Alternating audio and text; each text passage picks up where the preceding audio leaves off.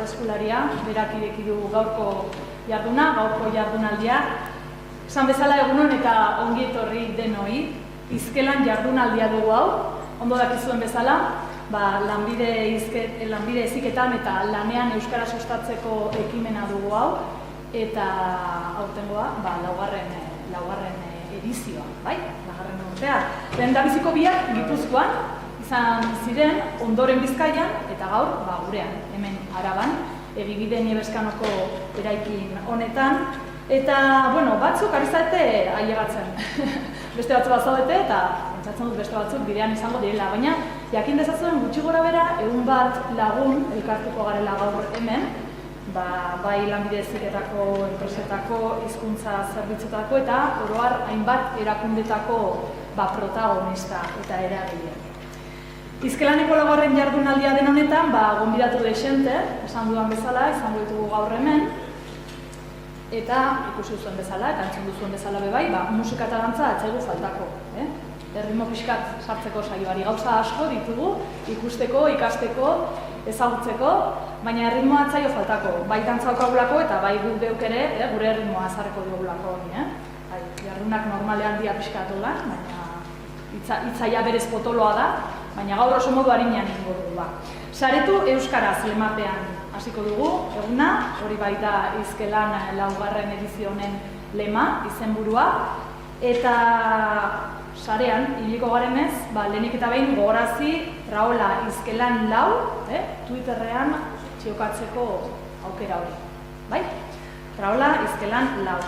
Hori izenburua, saretu euskaraz. Helburua berriz zein? Zer nolako pausuak ematen ari diren euskara, eguneroko jarduretan txertatzeko, ahaleginetan, bai lanbide heziketan, bai elkarte eta bai enpresetan. Zer nolako pausuak? Pausu horiek, urrats horiek, ondo baino beto dakite gure hurrengo gonbidatuek. Holtzara gerturatu daitezela mesedez, Xavier López de Santiago, Egibide ikastetxeko lanbide heziketako zuzendaria, Ainitze Blanco, Etxaleku, Laneki elkarteko presidentea, Ricardo Lamadrid Intxaurraga, Eusko Jaurlaritzako teknologiaren eta ikaskuntza aurreratuen zuzendaria, eta Lexuri Ugarte Aretxaga, Arabako Foru Aldundioko euskera eta gobernu irekiko zuzendaria. Xavier, zu hasiko zara, zurea da hitza. Egun guztioi, lehenik eta behin, eta ongietorriak Egibidera. Egibiderentzat eta etelentzat horre handia da, Izkelan laugarren edizio hau gaurkoan Niebeskanoko gure ikastetxeetan egitea, eta oso pozgarria ere, Josunek esan duen bezala, lehen aldiz lanbide heziketa eta euskara lotzen dituen ekitaldi hau, hemen gure lurralde honetan Araban egitea. Sarete euskaraz da aurtenko edizionetarako aukeratutako leloa, eta uste dut garrantzitsua dela inolako dudarik gabe, ikastetxe, irakasle, enpresa eta erakunde ezberdinen artean gure hizkuntza lanbide heziketan bultzatzeko harremanak eta sareak sortzea. Eta Izkelan jardunaldi honek horretarako topagune eta aukera izan nahi du. Ongietorri honetan behar dena baino gehiago luzatu nahi ez dudanez, daukadan denbora hau batez ere eskerrak emateko erabili nahiko nuke. Lehenik eta behin, eskerrak eman egunero lanbide heziketako ikastetxeetan euskararen erabilia bultzatzen zabiltzaten pertsonei. Eta oso bereziki ere, hizkuntza normalkuntza teknikari hori. Eskerrak ere, helburu honetan ezinbesteko laguntza eta kolaborazioa eskaintzen diguten enpresei, gure ikasleek bertan lantokiko prestakuntza eta heziketa duala euskaraz egin ahal izan dezaten. Bigarrenik, eskerrak eman ere, jardunaldi hau gogotsu eta ilusioz prestatzen eta antolatzen aritu diren pertsonei.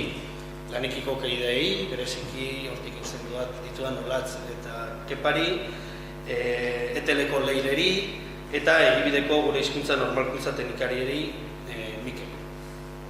Eta azkenik, eskerrak ere eman nahi dizkiot, gaurko egunean zehar hemendik ikusiko dituzuen zenbait ikasle eta irakasleei. Alde batetik, Egibideko telekomunikazio eta informatika sareetako ikasleak eta irakasleak hor dabiltza ekitaldi hau grabatzen eta streaming bitartez ere emititzen gaur hemen egon ez duten beste pertsona batzuk ere ikusi ahal izan dezaten. Eta azkenik, eskerrak ere, gero gastatuko ditugun pintxoak prestatu eta zerreztatuko dituzten adibide Mendizorrotza Ostalaritzako eskolako ikasle eta erakasle. Nire aldetik, espero dut gaur prestatugun programa zuen gustukoa izango dela, eta besterik gabe, Lanekiko presidentea den Ainitze Blankori emango diot hitza.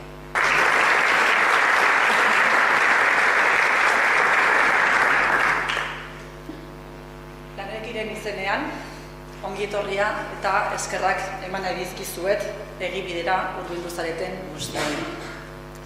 Esan dugun bezala, dagoeneko Izkelan jardunaldiaren 4. edizioa ospatzen dugu. Urtetik urtera, lurralde desberdinetan ospatu izan dugu. Iaz, Bizkaian, Jurreta ikastetxean, aurten Gasteizen, Egibiden, Arabako Lanabes egitasmoaren babesean, eta datorren ikasturtean Gipuzkoan ospatuko dugu. Hain zuzen ere, EASO Politeknikoan. Izkelaren helburua lan mundua euskalduntzea da. Eta horretarako, esperientzia eta proiektuak partekatuko ditugu, hainbat ikastetxe, enpresa eta erakundeen artean. Lanekin, jardunaldi honen antolaketa gustu handiz hartzen du, Lanekiren helburua lanbide heziketa euskalduntzea delako, eta bide batez, lan mundua euskaldundu. Zer da Laneki? Aipatu Laneki elkartea dela. Alde batetik, ikaslan elkarteak daude, ikaslan Araba, Gipuzkoa eta Bizkaia, eta bestetik Etel elkartea. Guztira, gutxi gorabehera lanbide heziketako 90 ikastetxe. Guztiak lanbide heziketako sailburuordetzaren babespean daudelarik. Bestalde, laguntzaile asko ere baditugu. Arabako, Gipuzkoako eta Bizkaiako Foru Aldundiak, Debagoiena, Uruntzaldea eta Tolosaldeako udaletxeak, Elai, Irizar, Anpo eta Orone enpresak, Kutxa Fundazioa, Irale Zerbitzua, Berritzeguneak eta Teknika. Eta azkenik ere aipatu kolaboratzaileak. Ikastetxetako hizkuntza normalkuntzako teknikariak, eta nola ez, egunero klaseak euskeraz ematen dituzuen 5.000 irakasle inguru. 2019-20ko ikasturte honetarako Lanekik dituen egitasmoak hauek dira. Funtsezkoena, lanbide heziketarako euskerazko ikasmaterialak sortu. Urtean, gutxi gorabehera 60 ikasmaterial sortzen ditugu, eta Laneki sortu denetik, 2001 urtetik aurrea, gutxi gorabehera 1000 euskerazko ikasmaterial sortu ditugu. Guztiak jakinbai.eus webgunean. Aipatu urtean 4.600 jetxiera izaten ditugula, eta gutxi gorabehera 9.400 erabiltzaile ditugula. Euskerazko ikasmaterialak sortzeaz gain, aurten ere softwareak itzultzen hasi gara. Ez dira proiektuaren formakuntza emango dugu ere, eta zierrukak ere baditugu. Hiztegi kolaboratibo bat ere badugu, jakinbai.eus webgunean, gutxi gorabehera 11.500 hitzekin. Durangoko ekintzan ere, Durangoko azokan ekintzak ere urtero egiten ditugu.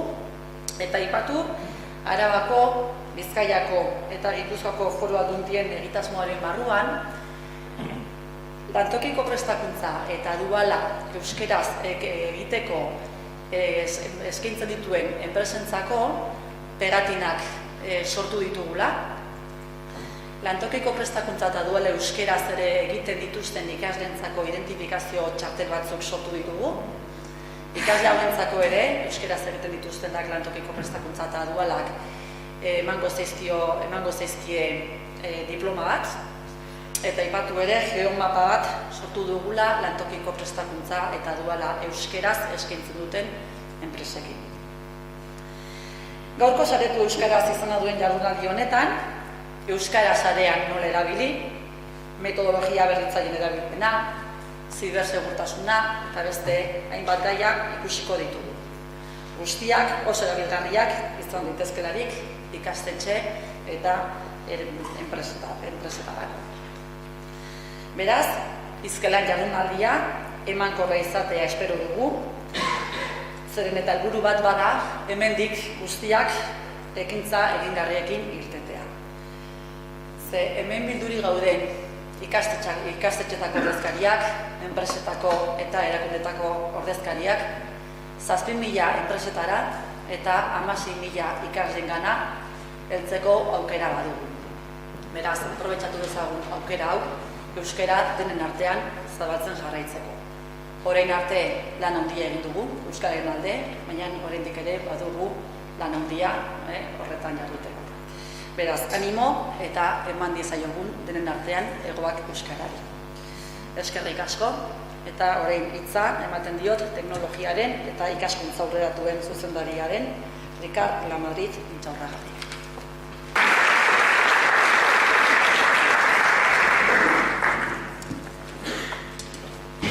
Bueno, egunon guztioi, eskerrik asko hona etortzearren, eta eskerrik asko guri lanbide-heziketako sailburu horretxari gonbidatzea. Bueno, nik datuetan asko sartu barik bai izango doana da, legealdi hau hasi zenetik, 2016-2017 ikasturtetik ona, lanbide-heziketako eskaintzaren helburuetako bat zala legealdi bukaeran, hau da, urrungo ikasturtean, 21 ikasturtean, ikaslegoaren 90% lanbide-heziketa euskaraz egiteko aukera izatea edo ikasten egotea. Erronka potoloa, erronka oso gogorra, erronka oso potoloa, baina esan behar, danon esfortzuari esker, eta danon esfortzua diodonean da lanbide-heziketako ekosistema barruan dauden guztiok, ikastetxeetatik hasita, enpresetara joan da, irakasleak, normalkuntza arduradunak, guzti horiek lanekin, nola ez, guzti horiek egiten dute lanari esker, eta hori eskertu nahiko nuke lehen bizi. Legealdi hasieran, gutxi gora bera, ikaslegoaren 90% euskaraz ikasteko aukera zuen, hau da. B eta D ereduetan ikasten zenbitzaten. Gaur egunean, 92 ikaslegoaren 92 dabil B eta D ereduetan ikasten. Ematen du pauso txikia dela, baina lanbide-heziketaren historikoa ikusiko bagenu, pauso ikaragarria dela esan genezake, eta oraindik aurretik daukagu lan guztia kontu denatu beharko. Ez bakarrik 90%, baizik eta hortik gora joateko. Zuzendaria, ninaz teknologia eta ikaskuntza aurreratutako zuzendaria. Eta 4.0, industria 4.0, berrikuntza, eta guzti hori aipatu dugu, gorko saioa hortik doa, eta nire ustez, nire belarretarako hori musika bat da. Azken finean, zibersegurtasunaren inguruan hitz egitea, eta euskara izatea kanala edo bidea, niretzako hori musika hona da, ez? Beste berrikuntza arloan dabiltzaten beste disiplina, edo ez dakit, IoT, edo inteligentzia artifiziala, edo errealitatea agotua, edo teknologia guzti horien inguruan, euskaraz hitz egiten ibiltzea, niretzako musika da. Orduan, gehiago luzatu barik, eskerrak emon guztioi, eta aurrera goaz gaurko gitariarekin, eta eman egoak euskarari. Itza pasoko diot, Lezuri Ugarteri, bera Arabako Foru Aldundiko euskara zuzendari eta gobernu irekiko zuzendaria. Lezuri.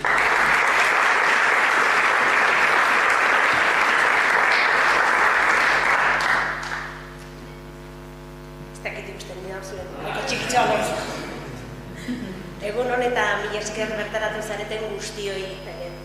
Arabako Foru Aldundiaren izenean, lehenengo eta behin, eskerrak eman nahi dizkizueke, lanbide heziketa eta lan mundua euskaratzearen alde antolatutako hizkelan jardunaldia berton egiteagatik. Arabar Aldundiari dagokionez, berrikuspen txiki bat egin nahi nioke, bai industriari, bai lan munduari, bai lan heziketa munduari ere. Frantzia eta Espainiaren arteko bideari so eginda, mende eta urtetan igarotze lekua izan bada ere, industriaren eskutik zirkulazio mugimendu tokia izatera pasada. Garapen ekonomiko eta sozialak asko zor dio bere kokapenari eta horri esker Arabak batipat azken 50 urteetan bere alderdirik industrialena erakutsi du. Barne produktu gordinari so eginez gero, industria eta energia sektoreek barne produktu gordin osoaren 33% suposatzen dute oraindik ere. Eta Arabak horri ekiten jarraitu nahi dio, zerbitzuen esparrua ahaztu gabe goraka egiten duen sektorea baita. Esanguratsuak dira, testuinguru horretan, enpresa handi eta multinazionalek jokatzen duten papera, baina are garrantzitsuagoak dira, enpresa handi horiei sostengua eta oinarrizko baliabideak eskaintzen dizkieten tokian tokiko enpresa osagarriak.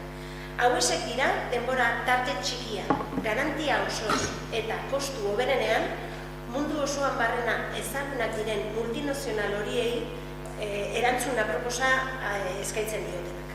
Eta enpresa txiki horietan, zalantzarik gabe, zerikusi handia dute, bertan hezitu, ikasi eta prestatutako gizon eta emakumeak. Teknologia berrien eta aro digitalaren etorrerarekin asko aldatu dira merkatuen beharrak eta neurri berean industriak ere moldatu beharra izan du. Horretan, lan heziketako unibertsoa osatzen duten pertsona guztiek erronka handia izan dute aurretik. Irakasleek euren ikasketak egokitu beharra izan dituzten, ikastetxeak ere, euren instalazio eta erremintak ere digitalizatu izan dituzten, eta ikasleek, industriak eta batik bat zerbitzuen merkatuak euren beharra izugarria dutela antzeman izan dute. Testuinguru honetan, euskarak ere aurrera ateratzen jakin du. Euskaraz, euren ikasketak egiten dituzten lan heziketako ikasleak urtetik urtera gehiago dira. Horretan zerikusi handia izan dute, bai administrazioak, bai lan heziketako ikasmateriala euskarara egokitzen aritzen direnak eta oraindik ere aritzen direnak. Euren lan eskergari esker, lan heziketa euskaldutzen ari baikara guztion artean. Baina gure erronka ezin da horretara mugatu. Lan heziketak etorkizuneko langile prestatu, jaio eta finak izatearekin ezin daiteke konformatu. Euskal Autonomia Erkidegoan behintzat, merkatuak orokorrean geroz eta euskaldun iztu gehiago ditu. Geroz eta gehiago dira, euskaraz ikasi zutenak eta orain euskaraz bizi direnak. Zergatik ez merkatua bera euskaldun du, hau da, zergatik ez ditugu gure lantegiak, gure enpresak, gure zerbitzuak alduntzen eta balio gehigarri bat ematen. Euskarak ez du bakarrik ikasketa prozesuan hautatzen den hizkuntza bat izan du. Euskara merkaturatzeko balio gehigarri bat izan behar du, balio gehigarri positibo bat. Lagunduan ere euskara presente izateko gu guztion artean zubiak eraiki beharrean dute. Aro digitalak makina bat erreminta eskura jarri ditzakete lan hori egia bihurtzeko. Estapila etendurarik izan heziketa prozesuaren eta enpresaren munduen artean. Eraiki ditzagun bideak. Euskara naturaltasunez mundu batetik besterako jauzia egin dezan. Administrazioaren aldetik jada eta Eusko Jaurlaritzaren eskutik Euskal Autonomia Erkidegoko eremu sozioekonomikoaren diagnostikoa egin du. Enpresa mundutik ere, bakan batzuk hasi dira euskara beren plan estrategikoetan txertatzen. Eta horiek Araba Foru Aldundiak bultzatutako lanabes egitasmoan asko dute esan eta erakusteko. Eta lan heziketa presta noski aurrera egitearren eta merkatua langile jaio eta euskaldunez hornitzeko. Orain bultzatu beharreko gauza eragile desberdinen arteko elkarlana da. Guztiek enpresak euskalduntzeari ekin diezaiogun eta euskara balio erantzia izan dadin. Gaurko topagune itzuartuetan ziur asko ideia eta praktika hon ugari erakusgai izango dutela. Partekatu ditzagun. Eta enpresak euskalduntzea balio gehigarria dakarrela erakusti diezaiegun oraindik ere salto kualitatibo hori eman ez dutenei. Euskal Unibertsoa elkarlanaren bitartez osatzen joan gaitezen, bakoitzak alduen neurrian, etendurarik gabe, zubiak eraikiz. Besterik ez, mila esker eta ondo segi.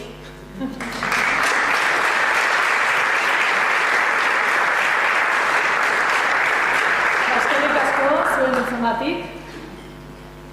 Eskerrik asko asko Laurei, eta Xurik esan duen bezala, zubiak, ezta? Zubiak eraiki. Zubi lanerako ekitaldi garrantzitsua da ikezlan, hizkelan, jardunaldi hau. Zeinen arteko zubia? Lanbide heziketa, enpresa, elkarte eta erakundeen arteko zubi lana. Eskuartean daukazuen programa horretan, ikusi dezakezue gaurko jarduna bitan banatuko dugula, bai? Lehenengo zati honetan, Arabako euskara eta enpresa bultzatzeko lanabez ekimenaren inguruan mintzatuko gara, baita euskarazko baliabide batzuk ere aurkeztuko ditugu modu laburrean. Jarraian kafetxoa, egingo dugu hor, kitkat bat, etentxo bat, gero indarrak hartu eta berriro bueltatu, eta bigarren zati horretan zer, jardunaldiaren leloari helduz, saretu euskaraz, loturiko mahai inguru bat egongo da. Baita, Araba Industria 4.0 ekimenaren berri jasoko dugu. Eta gehiago luzatu gabe, hasiko gara euskara sarean hitzaldiarekin. Hutsetik hasi zen .eus domeinua. Erronka handia zalantzari gabe. Ordutik 5 urte pasa dira, eta lehen domeinu horiek martxan jarri zirenetik ia 10.000 dira gaur egun. Josu Gualiño, .eus fundazioko zuzendaria, zure txanda. Txalo handi bat, erantzat.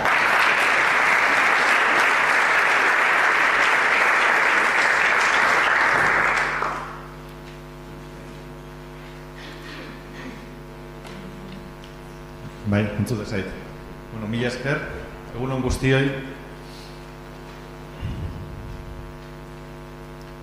Ez dakit orkaldirik egoten, barkatuko diazue. Baina, eskutatu egiten zia, esan bezala, .eus domeinua 5 urte bete ditu, baina ez dizuet .eus buruz hitz egingo. Guztiok badakizue zer den .eus, eskola gehienetan ezarrita daukazue .eus, eta ez duzuenok gaur hemendik irtendakoan egingo duzue, beraz, ez da barazori.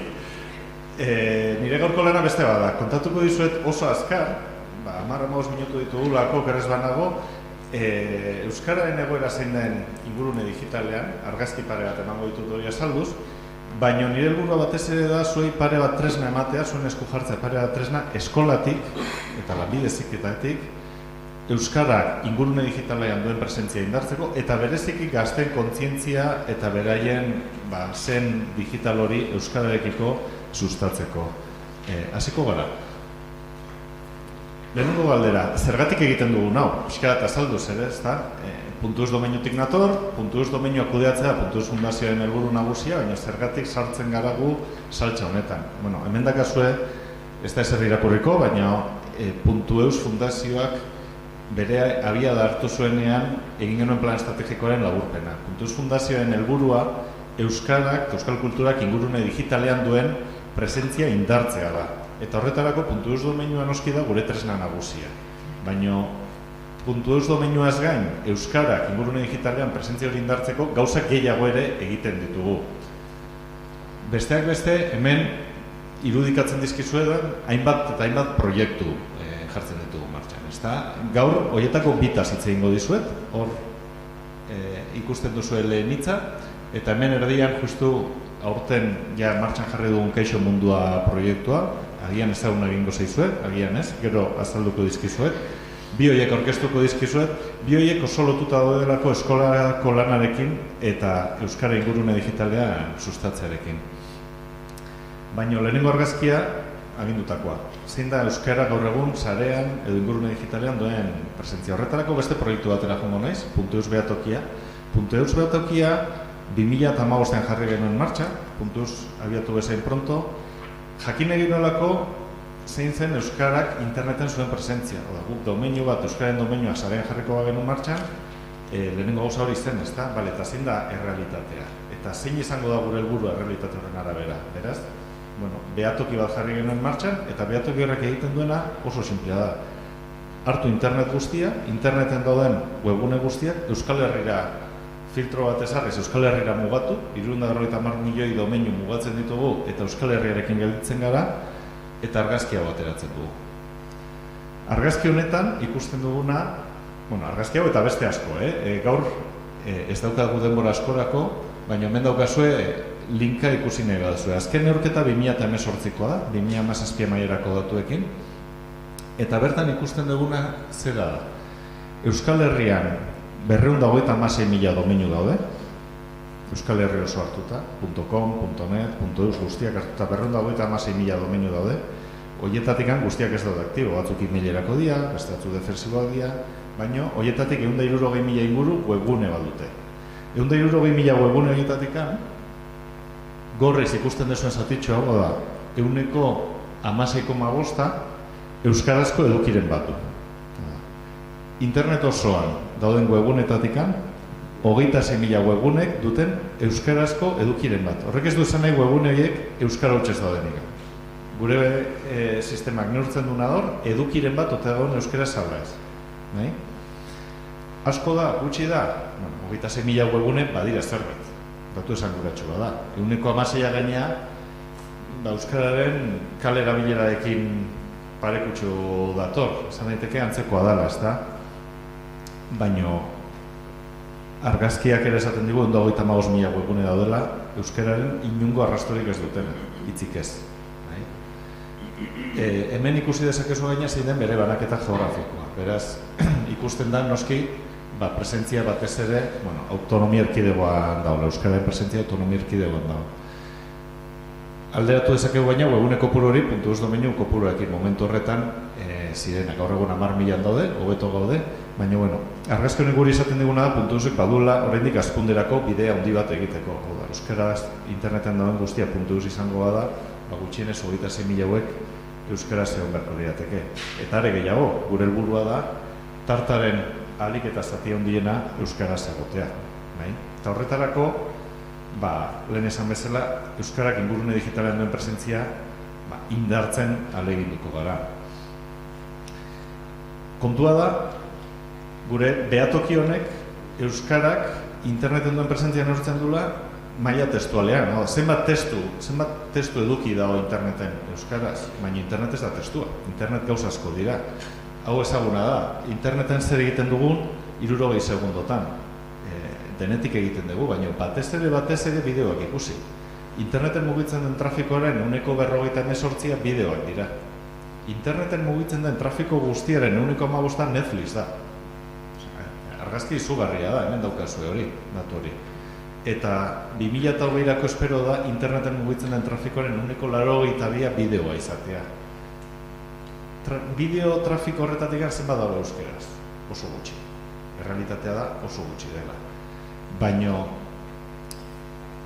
urratxo bat gehiago emanaz, ingurune digitalaz hitz egiten dugunean, ez gara bakarrikan internet eta interneteko trafikoaz, audio, bideo edo testuaz.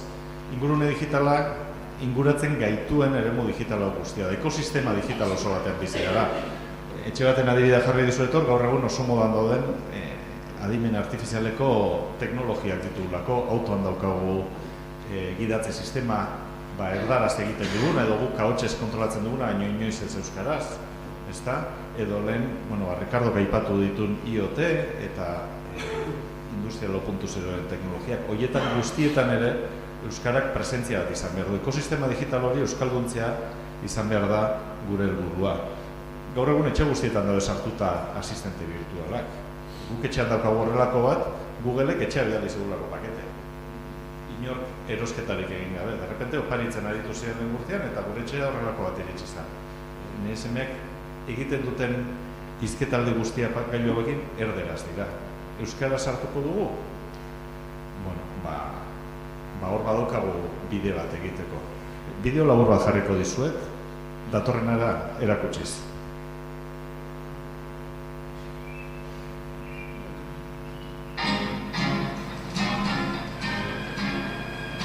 What's on my grocery list? You have 5 items on your grocery list. What's 20% of $47.50? $9.50. Jay, I'm just late. Turn on the living room lights. Hau ez da etorkizuna. Hau Amazonek atera du eta €1 erosi dezakezue gaur bertan Amazonen, bai? Ez da euskeraz. Inglesez egingo dizue eraztun horrekin eta inglesez erantzungo dizue. Horre euskera txertatu beharko dugu, ezta? Azkenean, gure helburua baldin bada ingurune digitalan euskaraz bizitzea, urratsez urrats joan behar gara, eta webguneak sortu behar ditugu euskeraz, eta bideoak behar ditugu euskeraz, baina eremu guztietara, ingurune digitalak erakusten digun eremu guztietara iritsi behar gara euskerarekin. Beste argazki azkar bat, hau The Guardianen albiste nahiko ezaguna da, Islandieraren kasua da, hau da, euskaren kasuan askotan esaten dugulako, bai, eske gure hizkuntza txikia da, hizkuntza nagusiago batzun menpe dago, gaztelania daukagu, frantsesa daukagu, baina Islandiera da hizkuntza ofiziala. Momentu honetan Islandiera buruz hitz egiten dutenean, Islandiera estintzio digitalean dagoela, desagertze digitaleko bidean dagoen hizkuntza badela diote. Zergatik? Bertako gaztek ingelesa menperatzen dute erabat, eta behen harremana ingurune digitalarekin ingelesez egiten dute. Ingelesez publikatzen dituzte beraien sarrerak sare sozialetan, ingelesez aritzen dire lagunekin, eta momentu honetan Islandiera ez da erabiltzen inondik inora ingurune digital guztietan. Beraz, arrisku hau ez da bakarrik hizkuntza txikietan, baizik eta hizkuntza guztietan. Bueno, hori esan da, gure aldetikan, Puntuz Fundaziotikan, hainbat proiektu jarri ditugu martxan, eta gaur esan bezala, bi proiektu hori buruz hitz egingo dizuet. Lehenengoa, Lehen hitza euskaraz izenekoa da. Lehen hitza euskarazekin, bide bat eman genion bere garaian martxan izan zen Nabigatu euskaraz kanpainari. Zuetako asko gogoan izango duzuen, Nabigatu euskarazekin lortu nahi zen interneteko nabigatzaileak euskaraz konfiguratzea. Horrekin, interneteko nabigatzaile euskaraz konfiguratzea gauza sinplea da, baina horrekin lortzen dena da beste aldean dagoenari adieraztea zure hizkuntza euskara dela. Hau da, zure nabigazio hizkuntza euskara dela. Zertarako?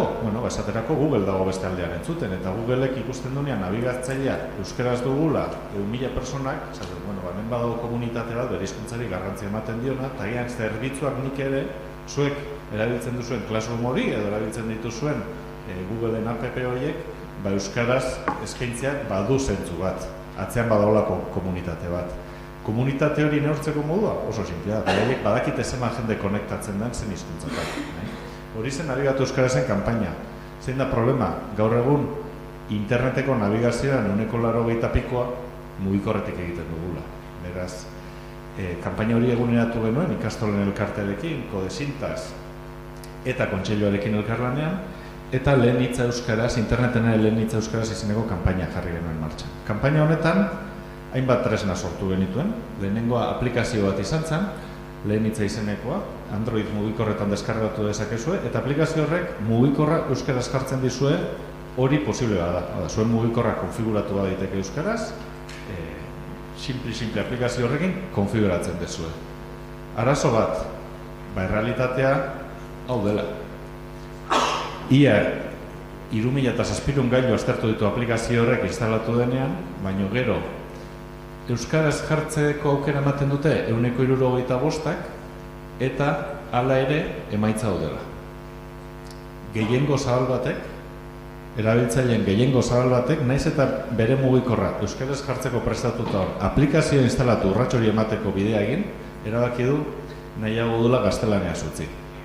Kontzientzia falta zaigu oraindik ere urrats hori emateko. Zergatik? Beldurragatik, eske aplikazioen hizkuntza aldatuko zait, interfazea aldatuko zait, eta ez naiz moldatuko. Errealitatea da, euskarari azkenean, naiz eta jar daiteken ez dugula jartzen. Eta badagola hori egiteko beharra lehen ikusi dugun moduan. Badugula beste aldean norbait hori entzuten. Android euskaraz dago Googleek itzultzen duelako bere borondatez. Inork ez dio ordaintzen Googleri aldaketa hori egitegatik. Noiz arte itzuliko du Googleek Android euskarara?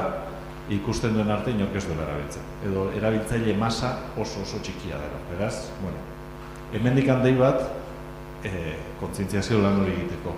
Googleen hitza kanpaina honekin tresnak eman genizkion gizarteari horretarako. Lehenengoa aplikazio bat, bestetik nabigatzaileak konfiguratzeko beste tresnatxo bat, eta hirugarrena, hemen duzue webgunea, lehenitza.eus, eta hirugarrena hau izan zen. Eta hau da nik gaur erakutsi nahi nizuena. Eskoletan lantzeko unitate didaktiko bat. Eskoletan lantzeko unitate didaktiko honekin lortu nahi duguna da gazteak kontzientziatzea errealitate honetaz. Unitate didaktiko honen bidez, gaztei jartze zaien ariketa oso sinplea da. Aztertu dezatela beraien gailuak, ikusi ze hizkuntzatan dauden konfiguratuta, zer egin dezaketen konfigurazio hori aldatzeko, eta gaina etxera joan eta eragin. Gurasoengan, etxean dauden gailuengan, beraz, bueno, hemendikan animatu nahi zaituztet, lehenitza.eusen sartu, eta hor dakazuen elbide honetan, lehenitza.eus ikastetxetan, hau ikastolen elkarteak sortutako unitate didaktiko bat, hor daukazue, erabilgarri, eta zuen ekarpenak egin. Eta ikusten badezue, gaur egun, beste modu batera gandu beharko litzatekeela, esan, eta horretaz eritzea ingo dugu. Enroiatzen ari nahi zela usten dut, beraz, pasako naiz ja bigarren proiektura. Kaixo mundua da bigarren proiektua, proiektu hau, usten dugu proiektu arrakastatxoa izango dela, hau pilotatu genuen, joan den urtean 4 eskolatan pilotatu genuen, horietako bat egibide izan zen. Kaixo mundua proiektuak helburu oso zehatza dauka, hau orientatuta dago DBH, batxilergo eta lanbide heziketara. Eta helbidea da gazteak, honen helburua da gazteak, kontsumitzaile digital izatetik sortzaile digital izatera pasatzea. Ze hori da, identifikatuta daukagu beste arazo bat. Gaurko gazteak ez dira sortzaile digitalak. Asko kontsumitzen dute, bideo asko ikusten dituzte, sare sozialetan asko aritzen dira, baina gero edukiak sortzeko garaian koste egiten zaie. Askotan kompetentzia faltengatik, kompetentzia digitalen faltengatik. Horretarako importatu genuen ja Katalunian hainbat urtez arrakastaz.cat fundazioak martxan duen websal.cat izeneko lehiaketa bat, han izugarrizko arrakasta du eta erabaki genuen importatzea guk eta honea egokitzea. Jonden urtean pilotatu genuen eta egia esan da emaitza oso nahi izan zen eta horten ja zabalik dago. Web lehiaketa bat da. Oso proiektu simplea da. Proiektu honen bidez gazteek webgune bat sortu behar dute, aldala proiektu real bateko webgunea, euskera sortu behar dute. Eta horretarako guk eskolaren esku uzten ditugu baliabide guztiak. Hau da, ez duguna espero da eskolak ez dagokion lankarga bat hartzea. Prozesu oso simplea da. Izen emate bat dago, taldeka egin behar dute lan hau, eta izen emate prozesu bat dago, zabali dago ja izen emate hori, eta animatza zaituztet eskolatan hau implementatu eta izen emate hortan parte hartzera, taldeka eman behar dute izena. Epe bat dute martxoa bitartean talde bakoitzak bere webgunea garatzeko, eta horretarako gero erakutsiko dizkizuet baliabideak daude. Irakaslearentzat baliabideak daude, ebaluazio baliabideak ere badaude, eta ikasleentzat baliabideak daude beraiek ohituta dauden formatu batean, bideo formatutan. Azkenean ikasten dutena da WordPressen webgune bat sortzen, hasieratikan domeinua erregistratu behar duten momentutik zerbitzaria kontratatu beharko dute, eta horretarako guk emango diegu kode bat prozesu guztia doan izan dadin, baina behaiek joan beharko dira prozesu hori egitera kode horrekin, domeinua hartuko dute, zerbitzaria hartuko dute, eta pastillatan azalduko zaie prozesu hori nola egin. Pausoz pauso, bideo pilula bakoitzak erakutsiko die nola instalatu WordPress bat, nola konfiguratu WordPress hori, eta egin behar duten prozesu guztia. Eta amaieran ebaluatuko da. Eskolan ebaluatu dezakezue, horretarako ere ematen zaizue gida bat, baino lehiaketa bada, beraz, gero, lehiaketara horretara lanak aurkeztu eta sarituko dira webgune honenak. Hemen dituzue oinarriak, printzipioz 2-5 ikasletako taldetan daude antolatuta, esan bezalak 4 kategoria daude, DBH bat 2, DBH 3 batxi eta lanbide heziketa, eta printzipioz ikasturtean zehar lantzen jungo beren proiektu bada. Ja zabalik dago, martxo arte aurkeztu daitezke lanak, eta maiatzean izango da sari banaketa. Hemen jarri dizuet materialaren argazki azkar bat. Batetikan eskerrean ikusten duzu ikasle dituzten bideo pilulen adibidea, 5 minutuko bideo laburrak dira, eta bakoitzean azaltzen da esandakoa, nola egin behar duten zerbitzarien konfigurazioa, zer den bakoitzaren nortasun digitala lantzea, nola konfiguratu WordPressa, eta gero irakaslearentzat ere 3 gida didaktiko daude. Batetikan, hasi baino lehen, STEM estrategiari buruz honen integrazioan jakin beharrekoak eta webgunea zergatik eraikitzea dan garrantzitsua azaltzen duen beste bat, eta ebaluazioari buruzko gida labur. Esan bezala piloto bat egin genuen eta horren bideo labur bat jarriko dizuetan ditzen.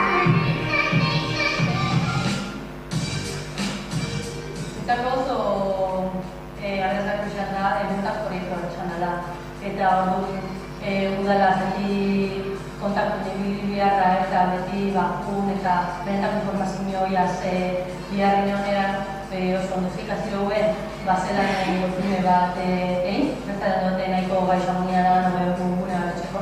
Bakarleko bat gauza bat moldatu ezan nobeto beste abentan konturatu gara taldeko bat bakikin genura atzera jaten.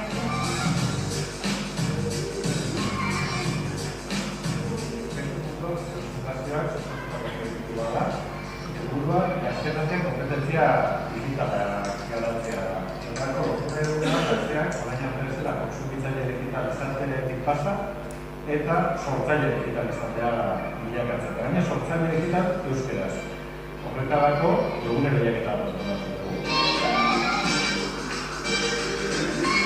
Segundo proiektuak azkenean hainbat baliabide eskaintzen dizkio eskolari. Alde batetik daude errekurtso didaktikoa, bai idatzian eta pixkat irakasleekin laguntzeko nahi horretan, eta bestalde batetik daude bideo-tutorialak ere bai, eta horien bidez irakasle eta ikasleena errezago hurbiltzeko erabat dela uste dugu. Ikalgatik ikusten dut, horren bat txizen da dela, edukidez behar dira, eta alde batetik informatikia egitutagu, WordPressa zer dan domeinu bat, hostima zer dan, askotan eurak horrek kontezuk ez dakixen. Baina horrez gain, pentsatzen dut izan dela, erronka batek talde aurre zelan erantzun, horretan ikatzen dut ikasira bera. Eta bebai, herriko egoera eta txertatzen bai.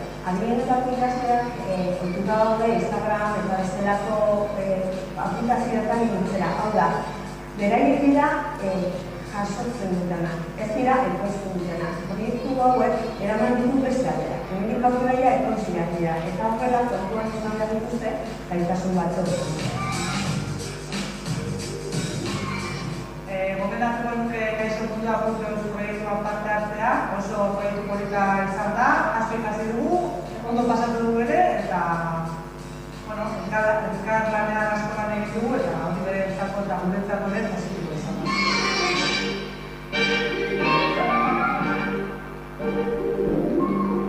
Hoxe da, Kaixo Mundu, hau da, sari banaketa, maiatzen egin genuen Euskaltelen egoitzen sari banaketa, hor grabatu genuen bideoa eta ikusten dezuela parte hartzaileen iritzia, ez da. Hemen da kaso informazio guztia kaixomundua.eus, harremanetarako ere edozein zalantzarekin ere leirekin jarri harremanetan, eta nik animatu nahi zaituztet parte hartzera.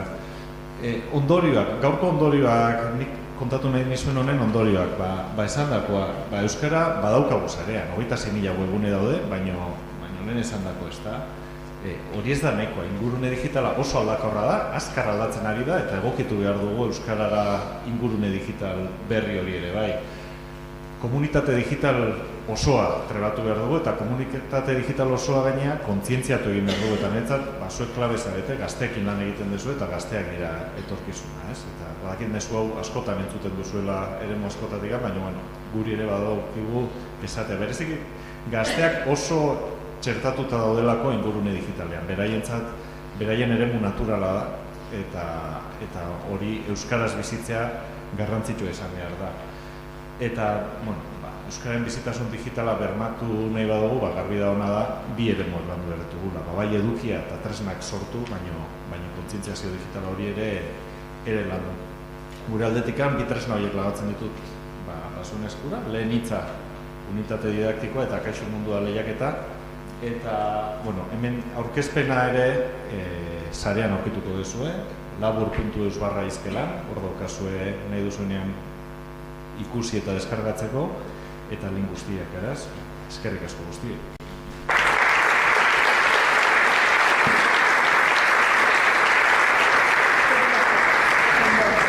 Eskerrik asko zuri, Josu Baliño, oso interesgarria, kontatu diguzun guztia, gainera esfortzua ere eginda ez da, modu laburrean eta zehatzan kontatu digu, eta hortxe informazio hori guztia, gero geuk aukera baldin badaukagu etxean behintzat, saltzeatzeko edo eskolan. Eta aurrera jarraituko dugu, orain lanabez mai ingurua ingo dugu, gaiaren horren inguruan arituko gara, horretarako, hemen hotzan nirekin batera, honako hauek gerturatuko dira. Lexuri Ugarte Aretxaga eta Kepa Altube Lanabeseko kideak hartu lekua.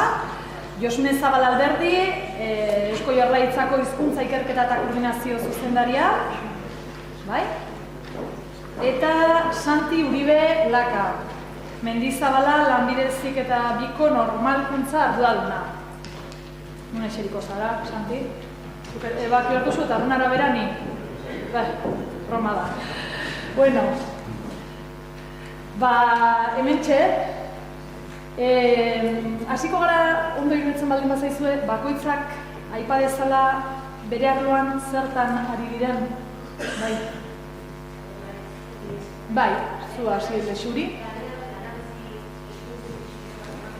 Emango izuete barkatu mikroa, bai? Entzuten da? Bai, ez? Esatera nindoan, testu txikitxo bat egitera nindoala Lanabesen inguruan, jakiko duzuen bezala. Lanabes, Euskara eta lan heziketa uztartzen ditu hemen berton, Araban, 2015an zua piztu gura hasi ginen, baina 2016 arte ez genion horreriekin. 2017an ja aurrekontu lerro bat eskaini genion Arabako Foru Aldunditik, eta aurrekontu lerro hori zer dela eta Euskara arlo sozioekonomikoan txertatzeko. Zeren bidetik edo zen bide jorratuaz, batipat lan heziketa, zerbitzuak eta enpresa. Horiek eragile nagusiak eta horiek guztiak ere Euskaran murgildu daitezen.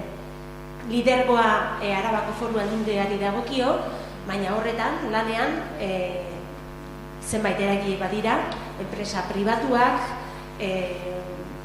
elkargoak eta bestelako elkartek ere bai.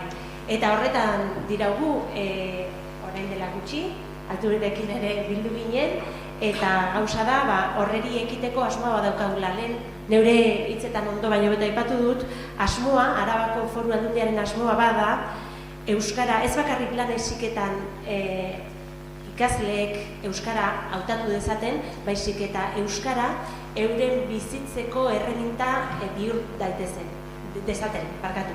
Gauza da, Euskara ez bakarrik lan heziketara mugatu, baizik eta enpresa mundura ere bai moldatu. Eta horrezetan ari gara, pausuz pauzu horri ekiteko aleginak egite ditugu, batipat bai enpresetan eta lehen aipatu dudan bezala bai zerbitzuetan ere bai, jakin ezagun, industriak bai badaukala hemen Araban pisu handia, baina zerbitzuak ere hor indartsu datozkigula, zerbitzu eskaintza ere bai euskaraz egin beharko dugula, eta Lanabes horreri keinu egin nahi diola. Testuinguru txikia izan da. Ondo, Kepa. Gaixo, egunon eta ongi etorri.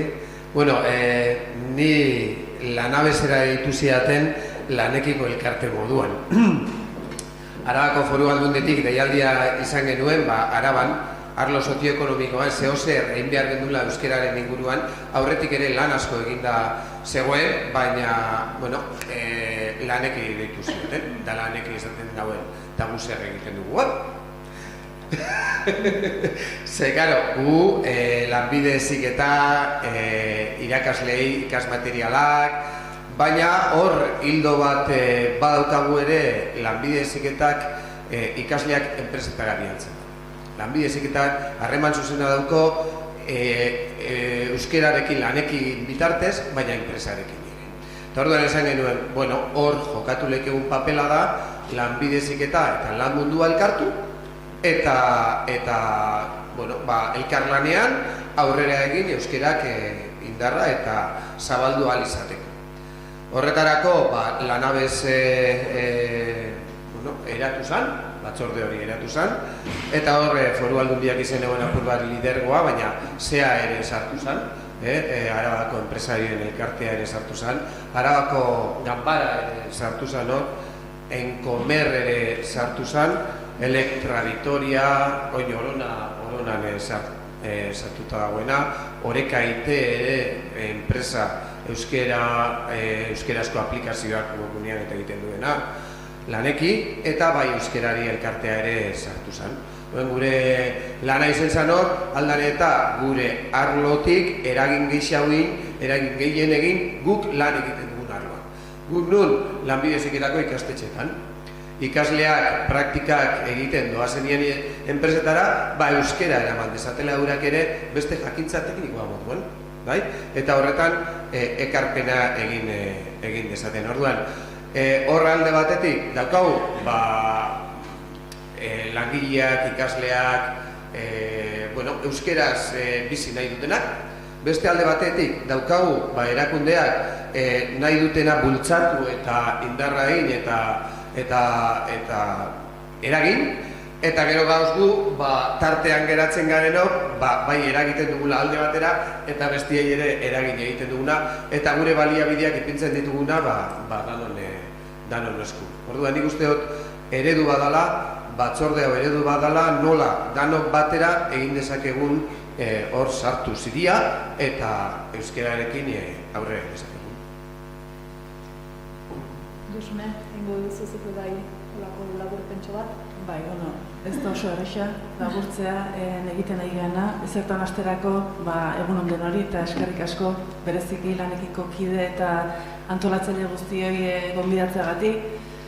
Ni Eusko Jaurlaritzatik nator, hizkuntza politika sailburuordetzatik, eta pixka bat gure ikuspegitik gure eremuan, hizkuntza sustatzearen eremuan bereziki, esango nuke historikoari begira tradiziorik txikienetakoa duen eremua dela lamundu euskalduntzea. Askoz tradizio handiagoa du hizkuntza eremuan hizkuntzaren irakaskuntzak, edo helduen euskalduntzeak, edo aisialdiko gaiek, edo baita ere motivazio lotutako gaiek, ez? Baina eremu sozioekonomikoak ere bere bidea egin du, eta bereziki bidea egin du enpresa munduan eta lanbide heziketan nola ez, bereziki gizarte mailan egindako ahalegin bereziagatik. Eta hori behintzat aitortu nahiko nieke enpresa munduan euskera sustatzea eta euskeraz lan egitea erabaki duten arduradun, langile eta bide horretan zabiltzaten zirikatzaile guzti horiei. Bide horretan hizkuntza politikak bere bidetxoa egina dauka eta hor aipagarria dira bikain ziurtagiria eta askorentzat, enpresa askorentzat eta aholkularientzat ezaguna izango da laniz deialdia, bereziki horren bidez euskera planak sustatzeko bidea egiten dalako. Baina gogoeta horietan eta lanketa horietan iritsi ginen ondorio batzutara, eta ondorio bazan orain dela gutxi Leixurik berak ere aipatu duena, ez? Azken 3 hamarkadetan edo esango nuke laura datorren hamarkadan hezkuntzak ikaragarrizko ahalegina egin du gure herriko gazteak euskalduntzen, gizarteak ere bai noski, gizarteari eskerrak hezkuntzak egin du aurrera, eta lamundua euskalduntzeko bidean ikusten dugu badaukagula aurgune bat edo behintzat erronka bat izan daitekeen esparru bat. Eta erronka hori momentu honetan heldu beharra geniola ikusten genuen garbi. Eta bide horretan, erabaki desberdinak hartu genitun eta nahiko nituzke garatzen egian ardaz batzuk aipatu. Ardaz bat guretzat oso garrantzitsuena da diskursoaren lanketa. Ikusten dugu diskurso bateraturik momentu honetan behintzat ez daukagula. Eremu sozioekonomikoak, enpresek, enpresek, langileek, arduradunek, instituzioetako arduradunek, aholkulariek baditugu diskurtsoak, baina ez dute dagoen oraindik erabat oso lotua, osatua diskurso hori eta diskurso horren lanketan gabiltza, bereziki Emun eta Eluiar aholkularitza enpresekin, eta lanean gabiltza unibertsitateekin diskursoa lantzen, teknologia zentroekin diskursoa lantzen, lanekiren gana ere hurbildu izan gera, gabiltza diskursoa gintzan, horren lanketan. Beste ardaz bat da guretzat oso garrantzitsua datuen berri izatea. Jakitea eremu sozioekonomikoan zein errealitatea daukagun, zenbat enpresa ditugu, zenbat dira industria enpresak, nun daude hor, zein lurralde eremutan kokatzen dira, zein da horietako euskararen errealitatea. Zenbat ikasle datoz euskararekin eta euskaraz lan egin nahirik industria enpresan ez ezik, baita zerbitzu enpresetan ere. Galdera asko ditugu, oraindik guzti erantzun gabe gaude eta gure lan hildotako bat bintzat bada datuen azterketa. Beste gai bat da, lanerako, euskaraz lan egiteko baldintzak erraztea. Hori lanekin berak ere lan asko egin du horretan. Eta guk enpresekin harremanetan galdenean bereziki behar izan hori sumatzen dugu, ez? Oraintxe Josu Baleñok ere aipatu du, ingurune digitalean kokatua dago enpresa ere, edozein enpresa. Eta euskaraz lana egin nahi duen enpresa horrek behar ditu baliabideak euskaraz. Behar du adibidez SAP bat edo ERP bat euskaraz bere lana egin dezan eta baita ere hizkuntza teknologiak behar ditu garapenerako. Eta horretan ere, beste lan hildo bat badaukagu markatua. Eta azkena, lankidetzari lotua, lehen aipatu izan dugun plan estrategikoa litzake ez dut honetan sakonduko, baina 2018an plan estrategiko oso bat garatu genuen, enpresa elkarte, sindikatu, merkataritza eta ostalaritza erakunde, garapen agentzia, lanbide heziketa, hezkuntzarekin batera, gogoeta prozesu bat ireki genuen, eta, laster, modu publikoan aurkeztuko dugun plan estrategiko horretan bereziki, eremu sozioekonomikoan, izan zerbitzu enpresetan, izan industria enpresetan, zertan eragin nahiko genuken aurkeztuko dizuegu. Eskerrik asko, Josune. Zure txanda, Santi? Egun ondan hoi, Santi Uribe naiz, Mendizabala ikastetxeko hizkuntza normalkuntza teknikari lanetan diarduena azken 2 urtetan. Eta apur bat kokatzeko, aipatuko nuke nire ibilbide pertsonalean izan duan lanbide heziketaren pertzepzioa. Bai, nik 15 urte dagoen lanbide heziketan lanean, ereduan, hasieratik, eta lehen 10 urteak eman dituen euskara barru arte sartutako zentru batean. Dena jarduera guztia euskara zien, gure zaiak euskara zien, ikastetxearen jarduera osorik, hizkuntza normalkuntza proiektuan urteetan zebilen ikastetxe bat, DBH eta batxilerreko ikastetxe bat zen. Ez zen lanbide heziketakoa. Lanbide heziketako gu ginen bakarrik, eta nire realitatea zen, lanbide heziketa beste ikasketen moduan, euskeraz eta... Baina horra aldaketa bat eman zen, da gure ziklo hartu eta lanbide heziketako zentru integratu batera beste txalopa handi batean. Koldo Mitxelena zen lehenkoko ikastetxe hori, Gasteizeko ikastetxe Koldo Mitxelena, eta hori txalopa handia bazen, beste txalopa handiago batera etorri ginen, lanbide heziketan jarduteko eta elkarlanak eta sinergiak aprobetxatzeko. Eta hor konturatu ginen, apur bat onantzatorri ginenok, lanbide heziketaz genuen irudia apurtxu bat okerra zala. Elkartu ginen, 20 piku ziklo eskaintzen ziren, eskaini edo martxan zeuden ikastetxe batean, zeinetan 2 bakarrik ginen D-eredukoak, gehiena A-eredukoa eta bakarren batzuk B-eredukoak.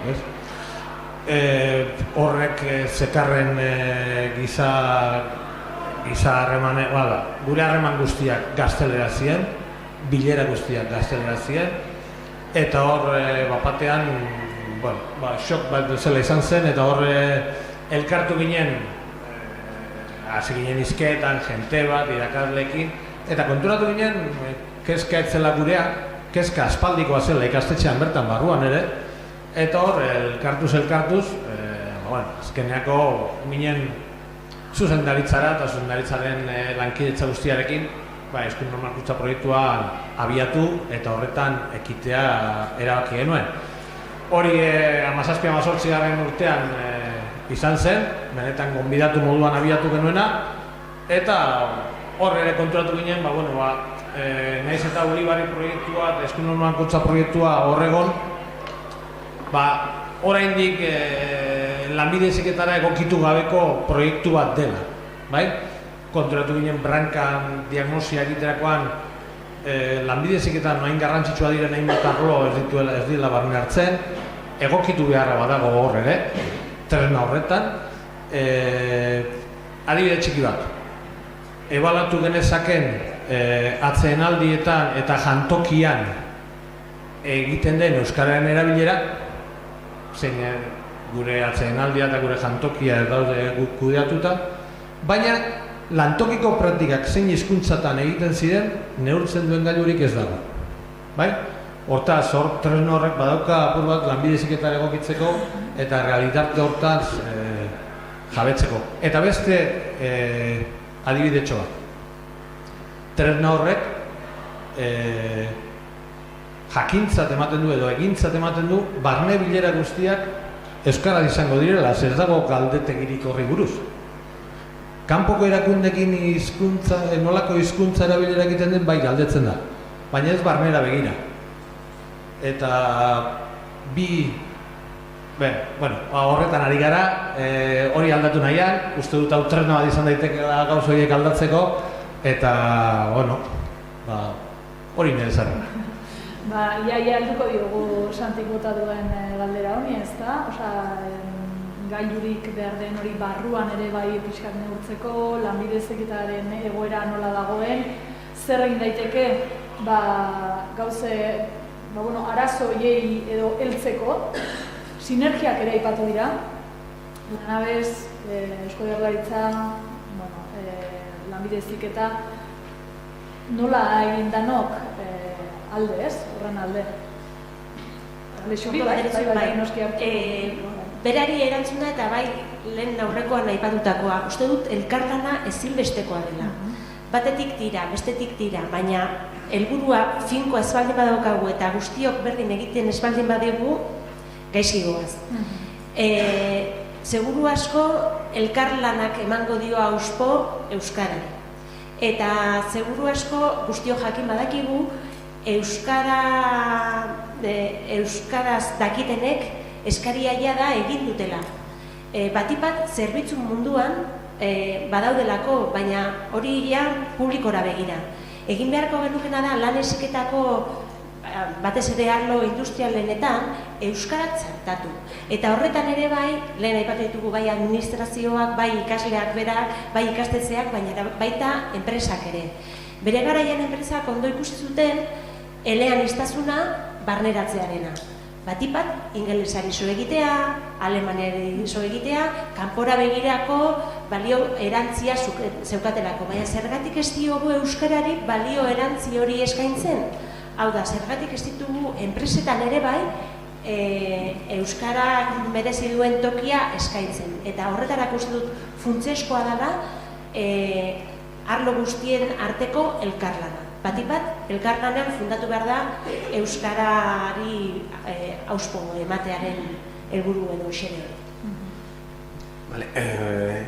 Apur bat erantzun dut, da ari horri jarraituz, lanekik izan dau betik kezka hori ere, zuke aipatu duzuna, lanbide heziketa barruan, eta lehen aipatu duten plano diferente horrei daz, batzuk euskeraz bizi nahi dugunok eta zerbitzu guztiak euskeraz jaso nahi dutu, zerbitzu guztiak nahi dugu euskeraz jaso, beste plano baten daz, ikasi nahi dutenak, beste ez dotzenak garrantzi handirik ez dotzenak emuten, da beste batzuk garrantzi bapez ez dotzenak emuten. Hor dator euskerari ematearen gain balorea, balio hori, hor, adibidez, lantokiko prestakuntza eta lan mundua elkartzen dugunez, lanbide heziketak elkartzen duenez, eta instituzioak ere arlo sozioekonomikoan harreman zuzena daukielako enpresekin, gure helburua eta gure proposamena izen zen sistematizatzea. Bai, galdetzea, ia praktikak euskeraz egin behar duten, ia ikasleak bilerak euskeraz egin behar diezen, hori ikastetxetan sartzea. Horregaitik ere, Lanabes horren batzordean ere komentatu genuen hori sistematizatzeko gira bat falta egiten duela. Lan enpres gira atara genuen eta hori online dago jakinbai.eusen, ez? Hori izen zen bide bat, ez? Gero beste bat dau, eta Xurik esaten den moduan, eta askotan aipatzen den moduan da rekonozimentua. Rekonozimentua egin behar zaio egiten duenari. Eta alegina egiten duenari ere. Naiz eta alegina gero etekin gutxiago lortu, edo gutxi, edo saiatu danari ere. Horretarako, nik usteot, koordinazio bat egon behar dela, instituzioa diesela aitorpen horrek eman behar dutenak eta ipini behar dutenak zu honek egiten du lan on hau, honek egiten ari da euskeraren inguruan lan hori eta eurak goraipatu behar daue hori, ez? Gero beste gauza bada zuzenean egin edo ez, hor daukagu beste gauza. Denbora guztian euskera bera. Azkenien jendia ere batzuetan naskatu egiten dugu eta egia da. Uruen zeharkako hildo hori ere ondo ebatu behar dutzago horri. Naiz eta batzuk ikusi, bezen behar da euskera ez dakitxo, bada ostente batzuk ondion reselo ondia dut. Orden, balio hori eman behar zaio euskarari, balio hori enpresa asko hartu daue eurek baitan, eta gaur egun enpresa asko dira lanbide heziketari eskatzen digutenak ikasleak euskeraz ere jakitea. Zergaitik, azken finean bezeroekin harremanak eta euskeraz batzuekin, euskeraz izango dieselako eta horrek enpresako kalidadea bermatzen da. Ikastetxeko kalidadea bermatzen da. Ikastetxetan ere ikasleari euskeraz zerbitzu emateko gai izen behar gara. Ez bakarrik klasea, bai eta harreran. Bai eta irakaslean harreman eta ikasleen arteko hori sistematizatu behar da. Eta hori norik egiten dau? Ikastetxea bera. Hori norek egiten dau hizkuntza normalkuntzako ardura. Gu lagunduko dugu baliabideak ipintzen, gu lagunduko dugu ikastetxeak, gu hizkuntza normalkuntzakoak, eta bai instituzioak eta beste eragileak lagunduko ditugu gure daukagun almen urriarekin, baina potentzial emozional eta pertsonalarekin. Nik labur aipatu nahi nuke eta esan nahiko nuke guretzat ere ze garrantzitsua da datuak izatea batez ere erabakiak hartzeko garaian, ez? Gu ere ibili izan gera, batez ere bi proiektu baitugu, bat arratiaren muan, Errota Fundazioaren bidez, eremu hori horretako enpresak eta praktikak euskeraz izan daitezen bideratzen nahi geha, baita ere Tolosaldeko enpresekin, eta horrelako gaiekin topot egiten dugunean gure urgunetako bat da daturik ez izatea, edo behintzat zailtasuna ditugu jakiteko momentu honetan adibidez zenbat enpresak jaso ditzaken ikaslek euskeraz zein egoeretan jaso ditzaketen eta nola kudeatu dezaketen ikasle baten harrera plana adibidez, ez? Nola hasten den enpresa horretan tutore batekin eta nola garatzen da, badakit adibideak badaudela, badakit lana egina dagoela, baina guk adibidez ikuspegi orokor bat ez daukagu. Datu falta ditugu, adibidez, eremuaren arabera edo lurraldearen arabera erabaki batzuk hartu eta hori pixkanaka sustatzeko. Eta bai, alegin berezi bat egin beharko gendukela horien azterketan. Eta bide horretan, bai Kepak eta Lexurik esandakotik, aipatu nahi nuke ezinbestekoa dela lankidetza. Eta ezinbestekoa dela lankidetza horretan bakoitzak zein funtzio betetzen duen ondo jakitea, ez? Gu garbi daukagu hizkuntza politikarena ez da lan eremuaren berri izatea, lan eremua ezagutzea, lan eremuaren euskararen lidergotza hartzea, alderantziz. Gure lana da lan eremuari laguntzea hizkuntza nola kudeatu ditzaken. Gure lan laguntzaile funtzioa dela garbi daukagu, eta bide horretan adibidez, espri daukagu bide lagun bat, lanbideztik eta beste bat, eta maila baten baita ere merkataritza eta turismo saila, gure ustez horrela bideratu berko genuke lankidetza. Gu laguntzaile, beraiek lider. Santi?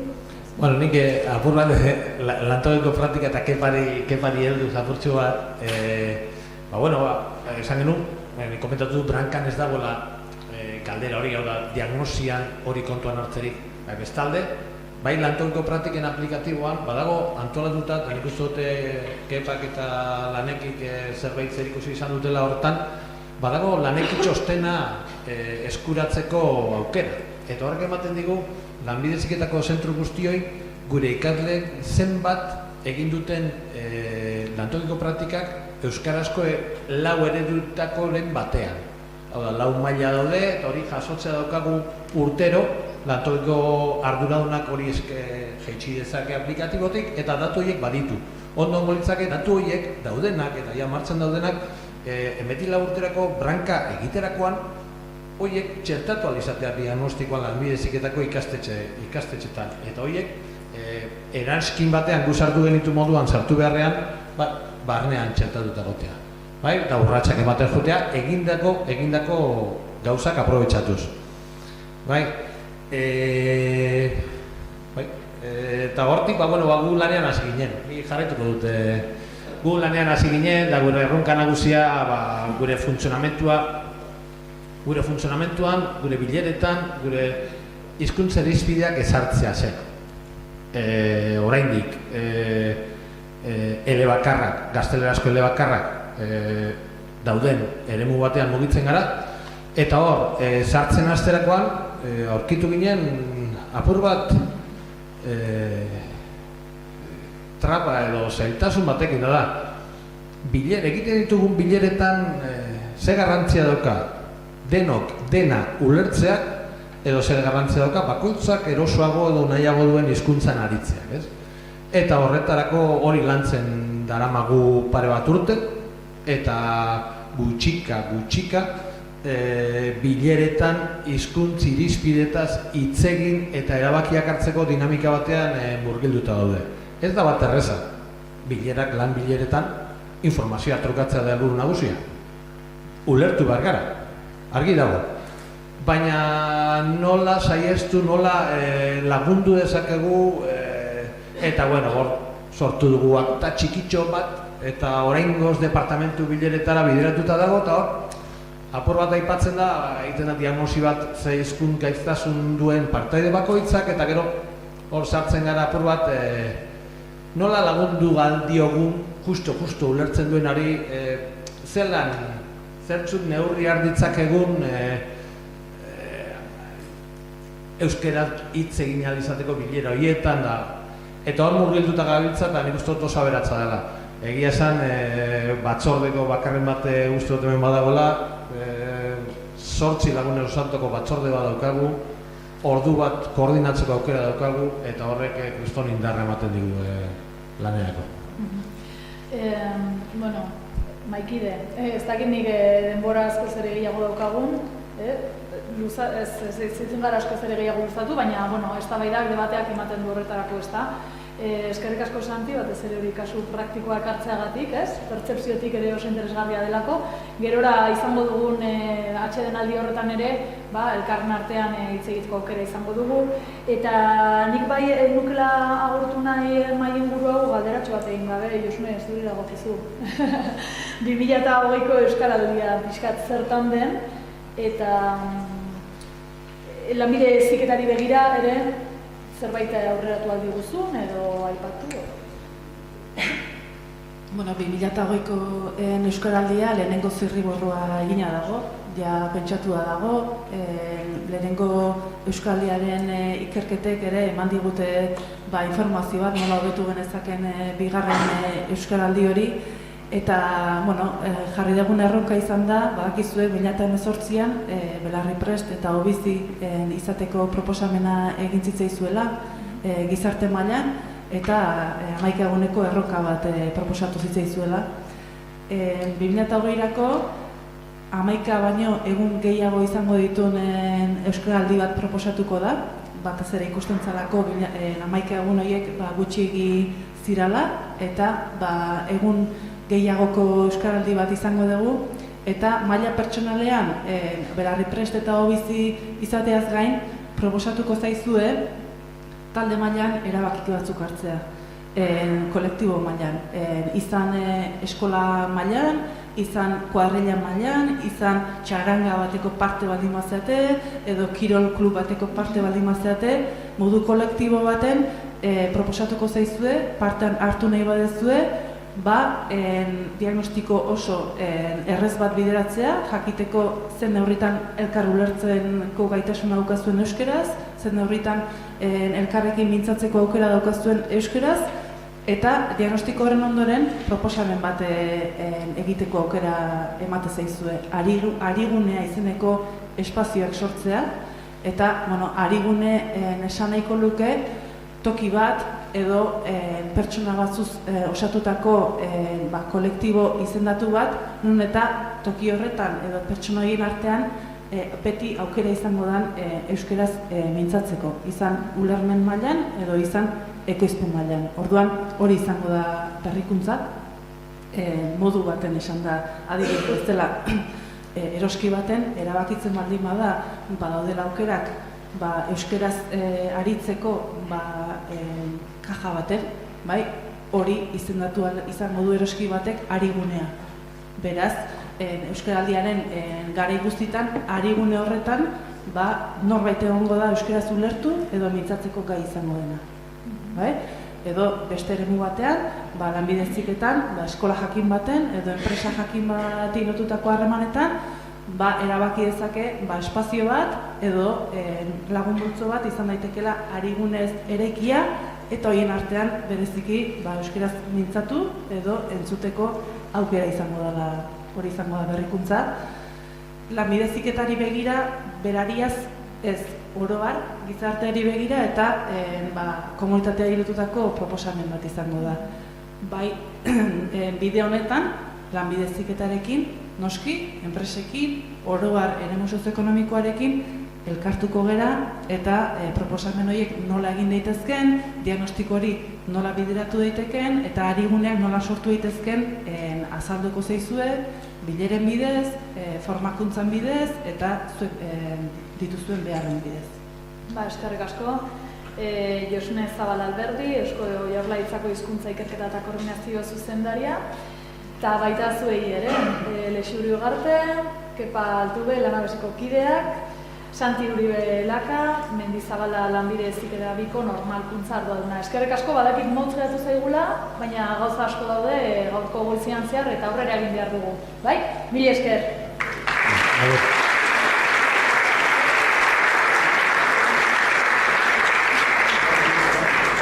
Eta aurrera jarraituko dugu metodologia berritzaileekin lanean, bai? Horri helduko diogu orain, metodologia berritzaileekin, berritzaileen berri emango dizuegu, eta horretarako 3 gonbidatu izango ditugu jarraian.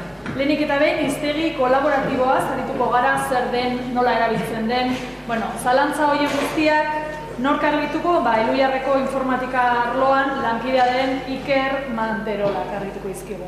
Bai? Seguro? Bai? Vale.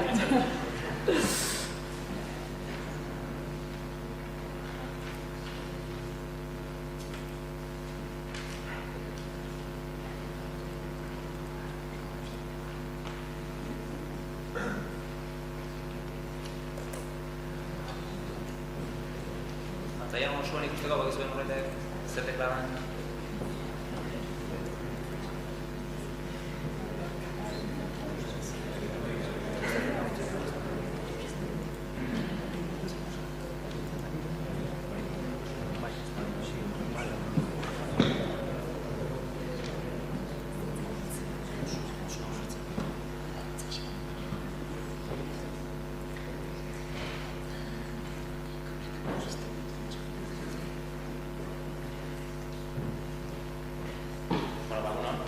Esan duten bezala ni Iker Manterola naiz eta koordinator.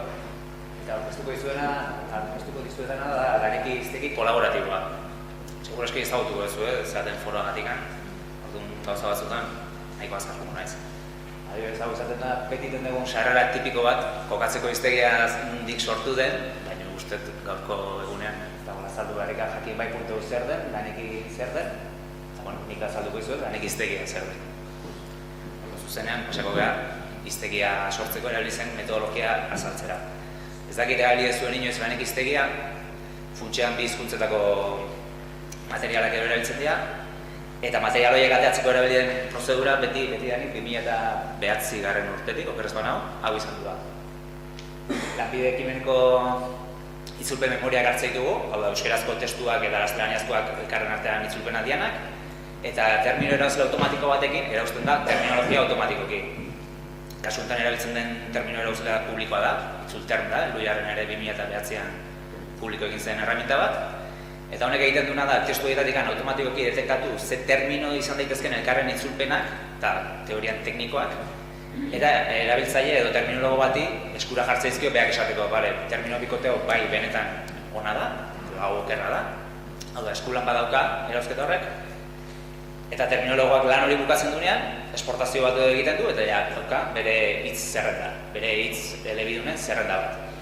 Eta zerrenda hori doa lotuta hitz elebidun horiek izan dituzten agerpenetara, jartorriz erabili dien testu horietan. Orduan hiztegian emaitzan, gero ikusiko ditugu erauzi ditugun terminoak eta beraien erabilerak. Horreago beto ikusiko dago. Bizkat kokatzeko, gaur egun lanik hiztegian datuak edo zein dien, tamaina bizkat imaginatzeko zenbatekoa den, momentuan daude 14 alor landuak, 110 materialetatik aterata, eta guztira osatzen dira 11.486 kontzeptu. Kontzeptuak izango liake nolabait ulertzeko esanahaiak edo adierak.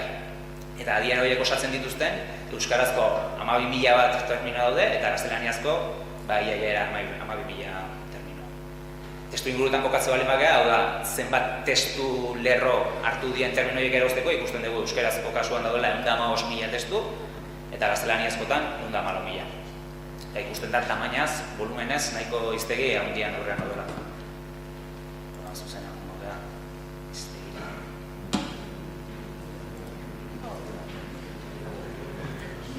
Ez da hori.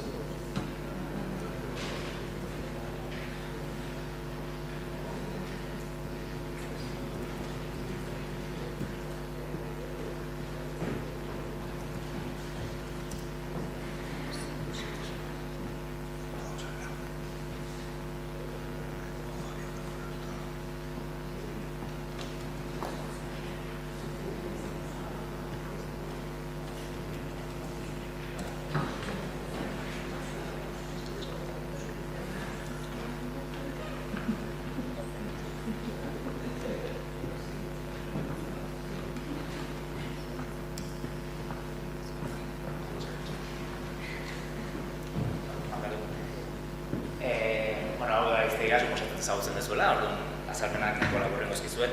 Ikusten zuen bezala, bilaketa nahiko simplea da, bilaketa egin daiteke terminoan gainean bertan, egin daiteke, aipatu izkizuetan, ez dakiz zenbat mila testu inguru horietan ere bilatu zakegu, hau da nik esan dezaket, trokel ze testutan erabili da. Eta erakutsiko lezkiak trokel erabili den testuak, eta testu horiek testu horiekin erlazionatu dauden terminoak ere erakutsiko lezkiak. Aldi berean, filtratu zaket nire emaitza alor edo familia jakin batzutako terminotara bakarrik. Adibidez bilatu nahiko banu posta informatika alorrean bakarrik, hemen zaztu berko nuke. Dugu bilaketa bat ikusteko ze emaitza mota erakusten duen. Ikusteko iztegiak ze output edo ze emaitza ematen digun. Mozakit, urrutzen nahi zenean zuten zait? Hau izango litzake eskaintzen duen informazioa. Sarrera honeko kompleto da, horretik hau erakusten dizuet. Alde batean izango dituzke itzulpenak. Hau da, kasu honetan, ojo eta begiren itzulpena.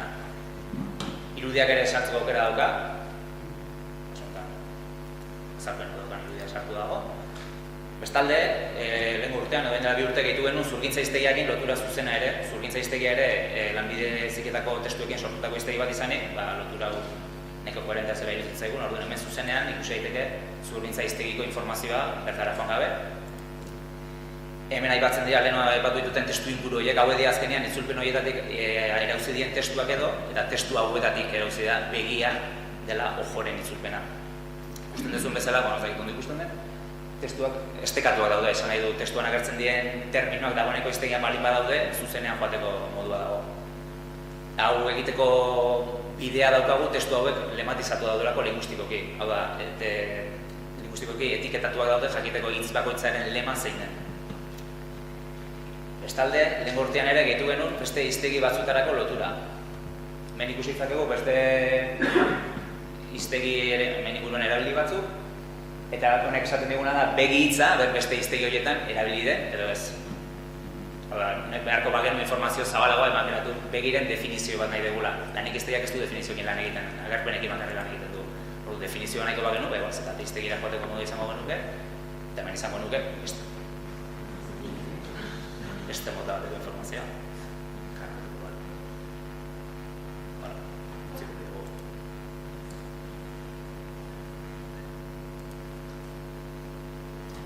Hau izango litzake, hiztegiak erakusten duen informazioa. Tituloan esan dugun bezala, hiztegi kolaboratibo baten aurrean gaude. Eta kolaborazioa nun dago erakutsi dezu honetan, momentu ez dizut erakutsi. Kolaborazioa bi modutako izan daiteke pasiboa edo deitzen duguna eta aktiboa. Pasiboa da, erregistratu gabe egin daitekena. Ni momentuan ez erregistratu. Kontu bat eduki dezaket, baina ez erregistratu. Orduan, zegin dezaket. Gehitu dezaket iruzkin bat, sarre honi buruz esan dezaket. Begiren testu inguru hau ez da zuzena. O begiren testu inguruak ez dute adierazten benetan begik adierazten duna. Edo testu inguru gehiago behar ditu, edo iruzkin bat sarreari buruz egin dezaket. Hortarako ez dut erregistratu egun eman, eta iruzkinak bialtze bestik ez da. Modu berean, proposatu dezaket termino bat, nik ikusi dezaket terminoa faltala, igual, ez dakit trokel bat, baina, bueno, ez dakit trokel terminoa ez dago, norbaitek sartu dezaket, eta ordu nik hemen proposatu dezaket, mesedez, sartu trokel terminoa. Hau izango litzake, pasiboa nola baita ez zukitezun bakarra da eskatu, norbaitek lan zikina egiteko. Orduan, gero dongo litzake, modu aktiboa.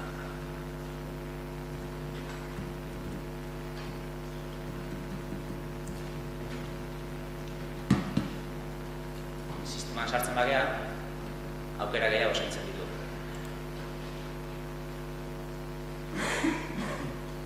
Kasu honetan, ikusten duzu hemen arkatza bat agertu da. Arkatza honek ematen digu modua, zuzenean sarrera hau guk editatzeko. Esango bagenu lehen esan dugu bezala hemen, lehenengo testuinguru hori ez da zuzenegia. Aukera izango nuke sartu eta lehenengo testuinguru hori kentzeko. Aurrera ikusiko dugu, lehenbizi beste bideo bat erakutsiko zuet. Suposatu hitz bat bilatzen dezuela, interesa daukazuelako, aurikular sartu.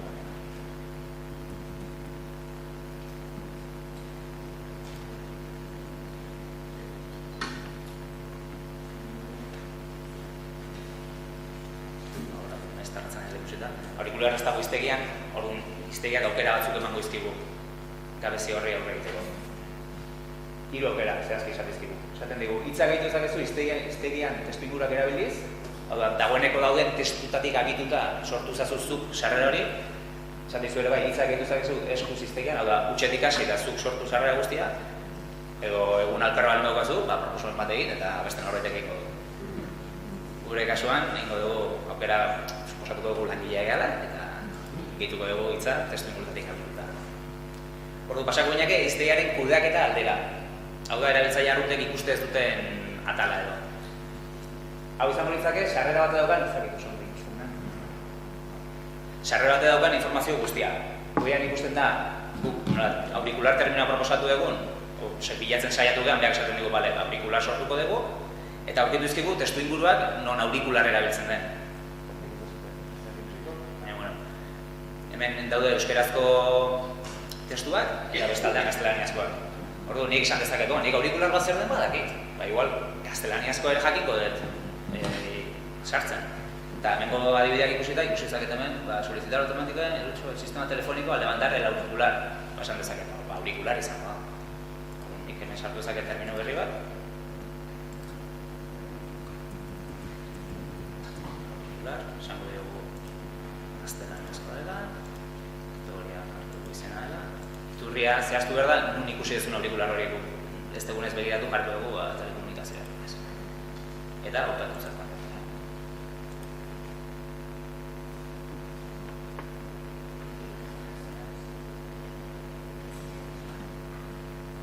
Hori ikusten dezute, goian sortu dira bestea. Bestea hautatu gabe markatzen dozeran, guia hautatu ingo dugu ere bai. Hau izango, horrela terminak izango benituzte. Ikusten bat zuten hemen azpian, testu inguru gehiago agertu dira aurikular sartu egunean. Honek esan nahi du, sisteman aurkitu ditula agerpen batzuk, non gaztelaniazko aurikular erabiltzen den, baina euskeraz ez den aurikular erabiltzen, beste hitz bat erabiltzen da aurikular esateko. Behiratzen baitugu, dira, hemen erabiltzen da, entzungailuen bidez entzun behar ez izateko. Suposatu zako, entzungailu ere termino bat izango da. Orduan.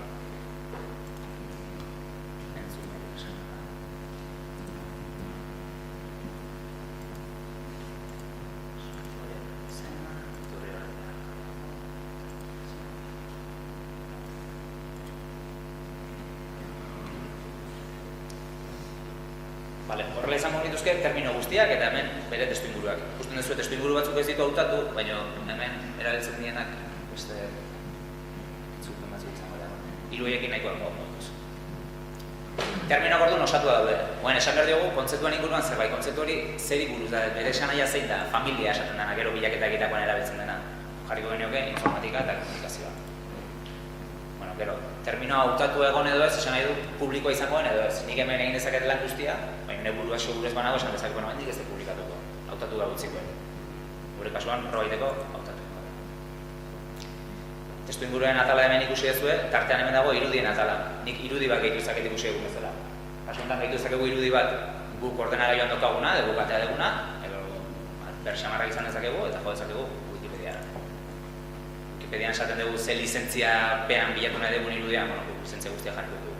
Eta ze hizkuntzako Wikipedian bilatu nahi dugun, eta guk sortu ditugun aurikular eta entzungailu horren arabera, behar bilaketa egiten dugu Wikipedian, eta ekarriko izkigu Wikipediak terminoietarako erabiltzaitun irudiak. Eta lizentziak hemen ikusten ditugu, hau bai bezala bilia izango genuke. Bigarren. Ordu esan zako irudiago guretzako, nahikoa da.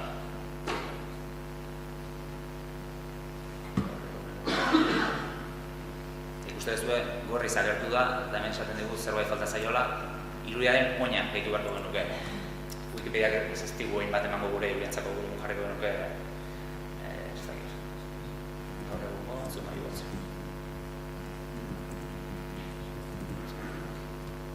Eta gure hautatutzat gorreko genuke. Hola izango nuke ja, sarrera bat oso-osorik egina. Gu hasiga aurikular bilatzen eta ez zaigu agertu, baina berak gidatu gaitu pixka, sarrera bat osorik sortzea. Orduan, urrengo ekintza izango litzake zuzenean gordetzea.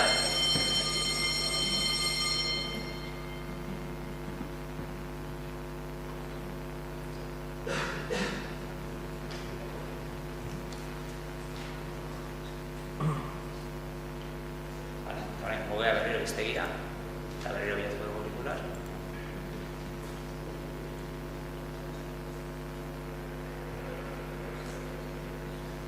Eta hemen dago, guk aukeratutako testuinguruak hemen daude. Kasu honetan bi familietakoak ziren, hemen daude entzungailu eta aurikular, eta gehitu egun irudia ere, hemen dago. Orduan, honen ideia da, jakintza mundu guztia dauka. Aurikular batzu zer dian mundu guztia jakinezak ez zeatik kudatu behar du iztegia sortzen dut pertsona bat, bakar jakintzak guztiona balin bada. Orduan, ideia da, jakintza aurikular bat zer den definitzeko ez da zuk gehiagin jakin behar. Orduan, lan hau edo zeinek egin alizatea. Ikusten badego, etzai gustatu irudia baldatu, berda, lehen aipatu dizuen arkatz hori hemen dago, horri matea daukagu, eta berriro bueltatuko gineake kudean eta pantaila hortara. Eta hemendikan egin dezakegu edo zein gauza. Irudiak kendu dezakegu, terminoak kendu dezakegu, eta zuzenean esan dezakegu hau probatako indegun terminoa da, korriako dugu. Ez hautatu bezala jarriko bagenu, lehenko dugu erango gineake. Norbaitek aurikular bilatzen badu ez da egongo, baina kudeaketan hau egina dago. Nahiko izango litzake berriro hona etortzea eta aukeratzea berriro erakusteko. Aurikular bilatuko bagenu.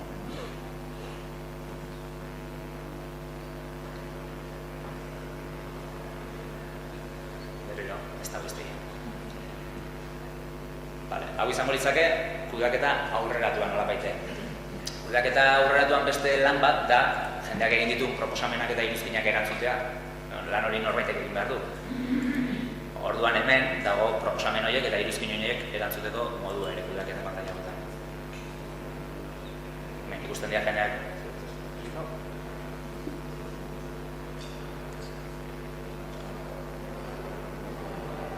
Hemen daude jendeak egindako proposamenak. Eta pantaila honek ematen du aukera proposamen hori erantzuteko. Kasu honetan ikusten ditugu hemen berde hauek adierazten dute proposamen hau ja erantzuna izan dela, da hau egin duen pertsona izan zaio oso eskerrik asko, zure terminoa landu dugu. Eta tartek gaude batzuk erantzun gabe oraindik, hauek erantzun inberko liake. Nahiko izango zen honi ematia, eta hemen esatia onartu dugu zure hau, ez dakiz zergatik, ez dugu sartuko, ez dakiz zergatik. Eta antzeko zerbait egin daiteke iruzkinekin. Jendeak egite dituen proposamenak erantzun daitezke berda. Klik egin eta esan eskerrik asko zure proposamenatik, kasu honetan uste gaina esaten dula. Testu ingura sartzeko arazoa daude, hemen akatsen bat edo aurkituzu, honi erantzun beharko erantzun erantzun baina hau gugea, esatea, ez da zerbait. Eta hau izango litzak dut, funtsa, ez dut tenporatzea? Bai, larri gabitza. Ba, hau izango litzak, ez dakit galdera bat daukazuen. Ezagutzen zeluten iztegia,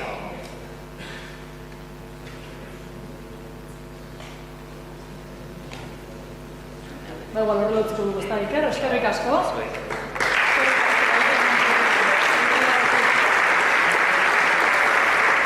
Horrela jarraituko dugu, bai, pixka denboraz, ez gabiltza gaizki, baina, puntuan ez dara. Eta behitxu ziondo, Mirian Artolaia gurera datorrela, aprobetsatuta denbora hori da. Muxote potolo bat proiektuaz arituko gara, hori baino, zen polita por cierto, zehazki visual thinking herramientaz, baliabideaz eta komunikatzeko moduaz arituko gara. Mirian, zenbaterako daukazu? Ba, hemen apuntatuta hau zegoen, baina hau baino gutxiago... Erronkak gaurkoan. Zaitze, gauza asko inbar ditut elkarrekin. Igual nahiago baduzu, igual... Eskuak libre behar dut, bai, entzute zaitez? Bale, denbora kendu diate, osea, ja justu nindoan eta denbora kendu diate, baina saiatuko naiz, nik gaur esaten zeruten tresna berriak edo metodologia berrietan bloke honetan nago, ez? Lehenengo asuntua da, hau ez dela batere berria. Eta hemen zaudeten gehiengoak, guztiak ez da, ja badakazutela zuengan. Asuntua ez dakizutela daukazutela. Osea, hori da, emango dizu da lehenengo notiziona, gaur notizion deixente emango iztizuet. Esan zidaten, visual thinkinga lantaldera eta lanbide heziketara pixka bat enfokatzea, bale? Hitz egin dezakegu visual thinkinga edozein modutan. Lehenengo galdera bat, nork entzun du noizbait visual thinkingaren inguruan, nork ezagutzen du, eskua gora? Esku asko daude. Hemen, lanbide heziketan argi dago zuek ja erabiltzen dezutela, zuetako askok ja erabiltzen dezutela, edo badaukazutela nolabaiteko grina gai honekin. Eta nire aproksimazioa visual thinkingaren inguruan, ez da betiko aproksimazioa, baten batzuk horrela egiten dugu bestek ez, da visual thinkinga hizkuntza moduan erabiltzea. Visual thinkinga ez da gauza politak egitea, visual thinkinga hizkuntza bezala da jendearen arteko komunikazioa sustatzeko, gure komunikazioa kanporaka ere sendoago izateko, eta azkenean elkarrizketa esanguratsuagoak eta ulergarriagoak garatzeko erraminta bat. Eta horrek lotura asko dauka zuen jardunaldi honen izenarekin, hizkuntza eta lana. Visual thinkingak hizkuntza bezala aukera ematen digu beste modu batera eta indar askorekin elkarrekin lan egiteko eta erabiliko dugun hizkuntza hori visuala izatea.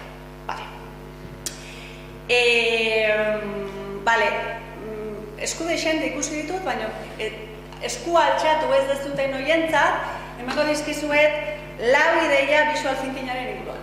Lau, bale? Batiru lau. Lehenengoa, txispa, txinparta, bale? Visual thinkingarekin lan egiten dugunean, hizkuntza visual bezala, norbaitek visualki zerbait ikusten dugunean, zerbait esnatzen zaigu barruan, zerbaitekin konektatzen du, nolabaiteko kuadro bat ikusten dugunean, edo ona sartzen garenean, visualki konexioak sortzen dira gure buruan automatikoki.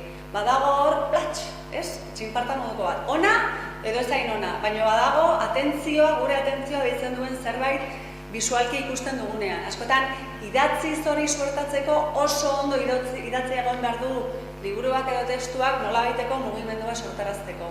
Visualak horretan botere edo indar handiagoa daka. Hori da, lehenengo ideia. Bat. Bigarren ideia, konexioa. txinparta, konexio. Konexioa, hizkuntza bisualak, hizkuntza bezala eta lantaldean aritzeko lanbide heziketan, guk bisualki hitz egiten dugunean, konexioak sortzen ditugu pareta batean, ideien artean, ideia honekin konektatua dago, pertsonen artean, ze bisualki aritzen garenean, elkarrekin ari gara, hor sortzen ari den hori garatzen, orduan, hori sortzen ari diren pertsonen artean ere konexioak askoz ere errazago ikusten dira esaten eta irudikatzen ari garen horretan, eta konexioa asko egoten dira ere prozesuetan. Hasiera, bukaera, igo, jeitsi. Ikusten dituzuten ere eskuak, hau oso bisuala da. Vale?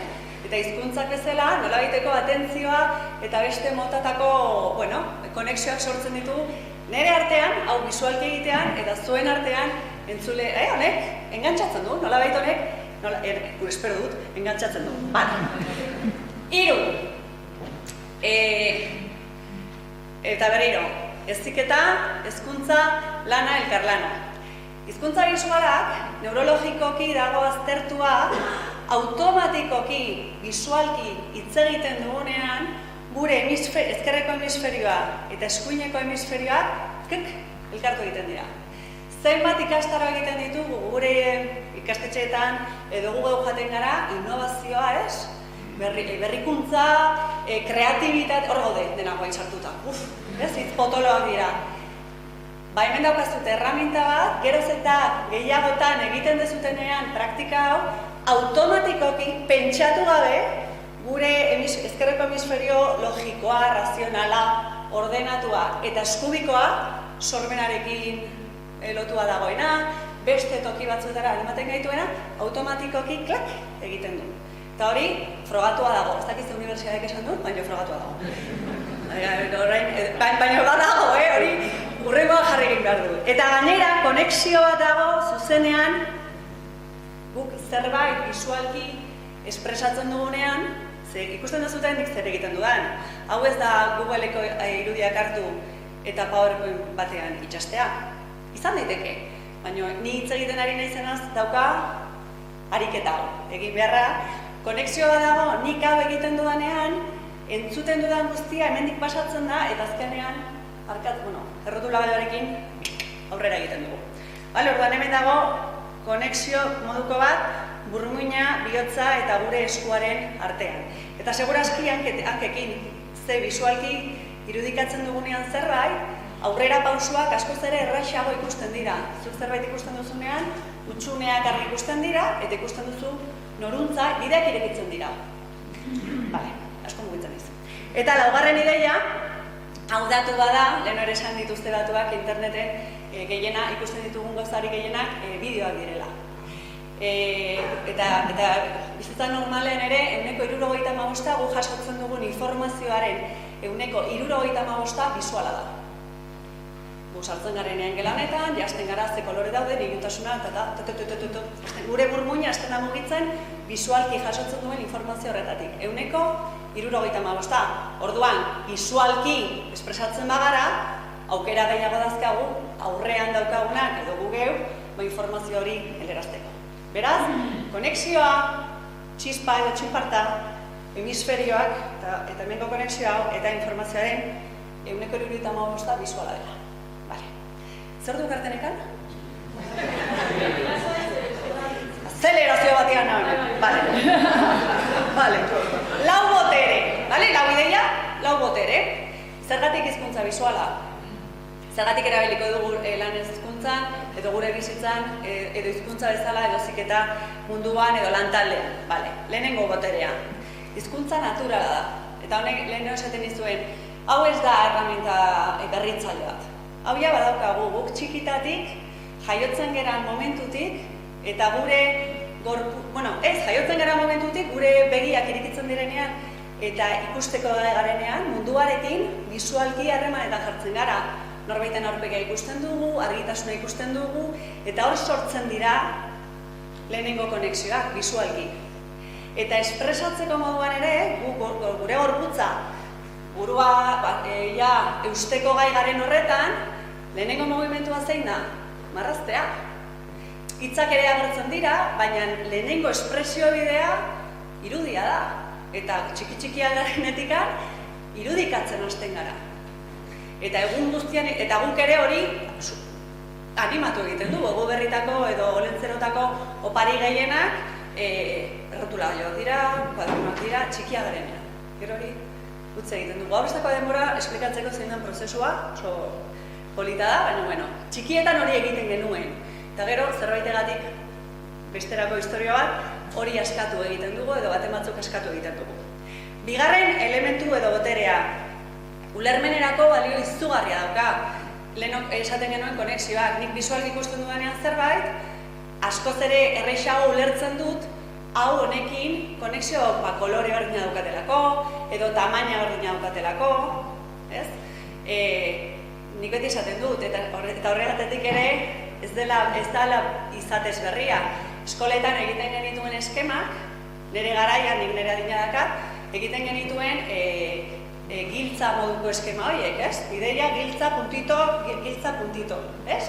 Hori da, ulermenerak, ez? Eskema bat zegoen, bisualki egin dago eskema bat, non ideia honek lotzen zuen beste ideia hauekin. Zer egin dugu gaur? Evoluzionatu egin dugu, ideia jartzen dugu zentruan, eta ideia zentral horretatik ideia askatzen goaz. Izen ingeles bat sartzen diogu, mind mapping, eta ematei dugu hori dela, baina hori ere bizitza guztiko eskema. Giltza izan beharrean, barrutik kanpora egiten ditugun eskema. Baina azkenean da ulermenerako tresna bezala. Hirugarren ideia, hau da izugarria. Memoriaren atxikipenean, osea guk memorian sartzea eta gauzak gogorarazteko sekulako potentzia dauka. Eta da, hitz egitetik eta irakurtzetik konparatuta 4tik 1. Nik zerbait zuri geratzeko buruan, hitzez esan behar badizut, 4 aldiz esan behar dizut. Marraztu egiten, bisualki espresatzen badizut, batekin nahikoa da. Imaginatu hori geletan, edo imaginatu hori ponentzia batean. Irudikatzen badugu, nik bestela 4 aldiz esan beharko nuke, edo seme alabekin lanean zaudetenean, argi bali badakazute, irudikatu eta 4tik 1eko boterea izango dizute bisualki egiten badizute. Ja honen gati bakarrik, pena merezi du. Eta 4. Boterea, 3, eta hau elkarlanarekin oso lotua dagona, eta batez ere hau nik gehiago jorratu duana, zen lehenengo 3 dira visual think, honetara dedikatzen garen honi 3 ideiak. 4. da partaidetza sustatzen du eta elkarlanan laguntzen du. Zergatik? Ze hizkuntzak bateratu egiten dira. Gaur euskeraz asko ari gara, eta bisualki lan egiten dugunean, hizkuntza bezala, hizkuntza desberdinetan lan egin daiteke, bakoitzak domeinu gehien daukan hizkuntza horretan oinarritu daiteke, eta sortzen dugun hori guztione izango da. Eta nolabait, hor dauden barrerak edo jetxe egiten ditu hizkuntza bisualak. Eta bestetik, hizkuntza berean lan egin dare, partaidetza sustatzen du, eta baldintza berean jartzen ditu ere, maila desberdinetan dauden postuak, edo kulturalki oso desberdinak gauden tokietatik ere, zein hizkuntza bisuala oso unibertsala egiten zaigu. Eta orduan hori jasotzean, partaidetza eta elkarlanak bide handiagoa izan dezake. 4 botere, eta 4 ideia. Eta flow bat. Nik ingleseko hitzak erabiltzen ditu baina, flow edo, euskeraz, izan? Ez dakit. Ez dakit. Flow bat. Orduan, visual thinkinga zitzaiten ari garenean, eta nik ikastarak ematen ditu danean, jendea iztutu egiten da. Ez dago, marrazu, nik ez dakit marrazte. Baina visual thinkinga ez da hortik hasten. Visual thinkinga hasten da hemendik. Entzumenetikan eta errealitatea begiratzetikan. Horretaz badakigu. Ni errealitate baten aurrean nago, entzuten nire ikaslegoaren aurrean edo munduaren aurrean, eta errealitate hori jaso egiten dut, nolabait. Hori nire burmoinera dator eta pentsatu egiten dut. Eta gainera hor, dago ja, esan dugu, automatikoki klin-klon, hemen dabil, hartzen dugu gure errotulagailua edo, eta interpretazio bat eskaintzen dugu, ez? Egiten dugu. Eta hori egitean, konexioak sortzen dira. Egiten dugun horrekin konexioak sortzen dira. Eta hori, da azkenean hizkuntza bezala, ematen digun aukera elkarrizketak ahalbidetzeko. Nik bisualki lan egiten dudanean, azken finean dira elkarrizketak ahalbidetzea, eta hor gertatzen dena nolabait jasotzea, sintesi egoki bat egitea eta ordun bat ematea. Elkarrizketa egin burututa aurkeztu egin dezakegu, eta hori hor gainean dagonean zer gertatzen da? Elkarri entzuten diogu, edo errealitate hori begiratzen dugu, pentsatzen dugu, interpretatzen dugu, eta prozesu bat sortzen dugu. Bai? Bai. Oso azkar joateko esaten nik hori egin nahi dut. Zerrain arte ikuste jazute, baina ez. Bale. Visual thinking. Bale, orain bare hartuko dut hitz ingelerako hitza. Visuala, thinking, pentsamentua. Bale? Azterketa bat ingo dizuet, nola hemen irakasle pila bat daude? Venga, azterketa sorpresa daukago. Bale. Jarriko zeate, altxako zeate, hemendikan esaten dezutenak nik pentsatzen badakit. Nor daki hemendik pentsatzen, altxak pentsatzen dezutenak pentsatzen dakizutela. Bale? Gure sistema edukatiboa beti egon da pentsamentua garatzera, ez da? Begiratu, nola da? Begiratu atzera eta aurrera, altxazarete gehienak. Eta eserita geratu direnak segurazki ari dira pentsatzen. Ezken ere pentsamentua agian, ez da, inkritikoa eta hori pentsamentua da, baina hor geratu da. Ondo, bale, eseri. Osea, que badirudi, Euskadiko lanbide heziketan pentsatzen dakegula. Bale, bigarren notizia ona, lehenengo azan naturala zala eta ja bagenekara. Bale, bigarren notizia ona zein da, hau azterketa bat izango balitz, eta ikusi ze denboran, 15 minututan, ja aprobatuak zaudetenak visual thinkingean. Jazta. Eta gainera ez 5 batekin, 6 batekin. Zergatik, pentsamentu visualean zailena pentsatzea. Ordena ematea, sintesia ematea, sekuentzia sortzea, baina nola altxatzea de, baina aprobatuak zaudete. Vale? Oso ondo, baina hemen nola gurkean estelentzean daude, eta horreko klasea zamaiko haiek, Vale? Bukatzen nago, Vale. Eta baina altxan zaitezte, esaten dezutenak nik marrazten badakit. Marraztu, vale? Gora! Hemen nivela mardu zelan lideziketan. Vale. Begiratu pixka bat. Bueno, nahiko nivel dago, beste toki batzuetakin konparatuta. Xeri lasai. Vale, gutxiago dira. Eta bigarren parte honetan beti irrifar gehiago entzuten ditut. Lotxa gehiago sortzen. Eske nik ez dakit. Edo ikusi du norbait egiten, zu altxatu bat, izu dut. Nik ez dakit, vale? Zergatik, azkenean dago marrazteak dauka vulnerabilidade kontu importante bat, eta perfekzioarekin kontu importante bat. Asuntua da, pentsatzen dugula ez dakigula marrazte. Edo, sartzen dugu ongi edo gaizki kontua. Horre ere badakat beste historia. Hau da, sartzeko grina eta nire ikastara bat egiteko, bale? Baina, orduan, aprobatuak zaudete, baten batzuk, ja, zaudete, kafera duteko modun, eta beste batzuk ez, bale? Bukatzeko, utzi nahi zaituzte, 3. notizion batekin. Aio. Guztiok dakigu marrazte. Guztiok dakigu marrazte. Eta ja hemendik ateako zeate aukera horrekin, bale? Ez da eskazuteko adernak.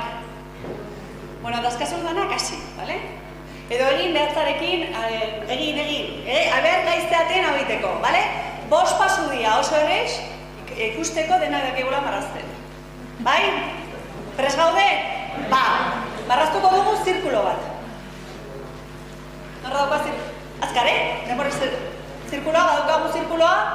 Norbait atzean geratu da zirkularekin? Bale. Marraztuko dugu karratu bat. Igual du karratua edo zabalagoa edo. Perfekzioak fuera.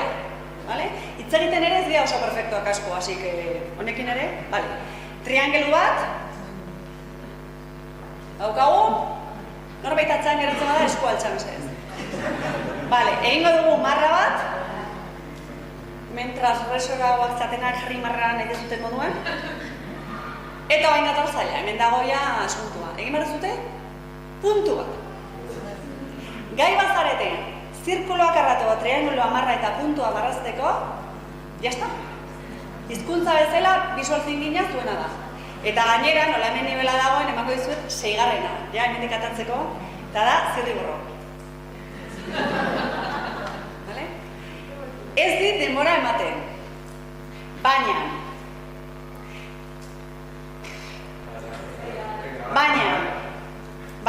oso azkarengo du. Vale, hizkuntza, pertsonak, vale? Nola marrazten da pertsona, zirkuloak arratua, triangelua, marra, puntua eta zirriborroarekin. Egiten dugu, marrarekin, 5 puntetako izar bat. Bat, bi, bat, bi, bat, bi, bat, bi, bat, bi. Daukagu? Ba orain jarri zirkuloa eta egin bat, bi, bat, bi, bat, bi, bat, bi. Hau da, mundu mailan oso famatua dan, Starman, edo izar gizona. Horrelako zerbait. Zein da Starmanaren, Starmanak egan egin dezake, marra, Starmana jarri daiteke buruz bera, marra, egin dezake futbolean, marra. Bai?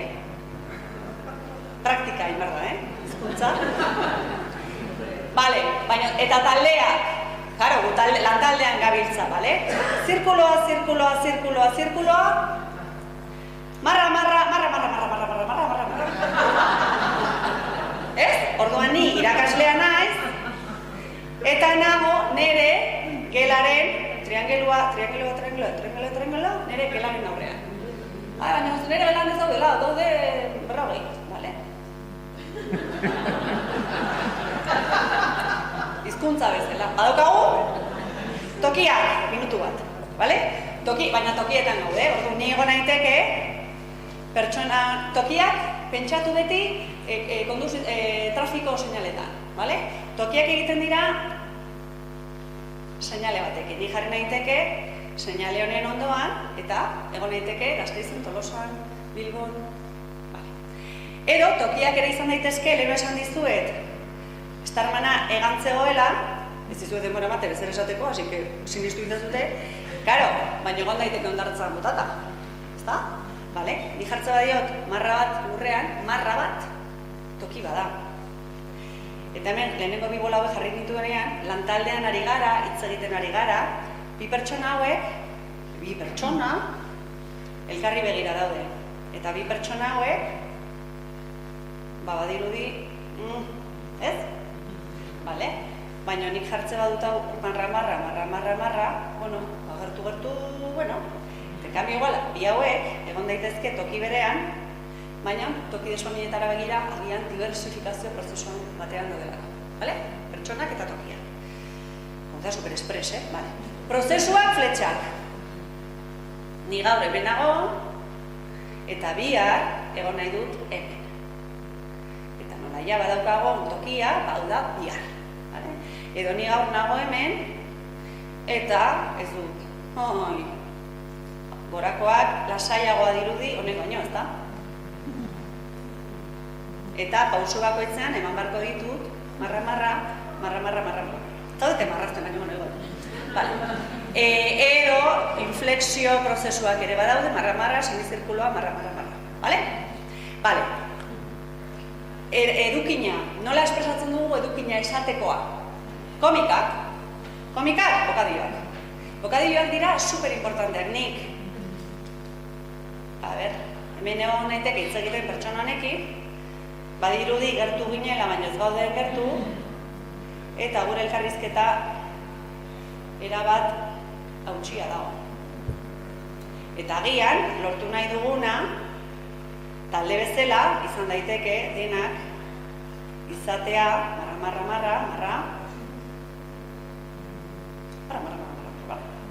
hitz amankomun bat. Sortzen dugu, ikusten duzute, oso modu errexeak, sortzen dugu elkarrizketa bat eta sortzen dugu hitzak, errexena, ez? rubioak egiten genituen, txikiak egiten nik bai, bale?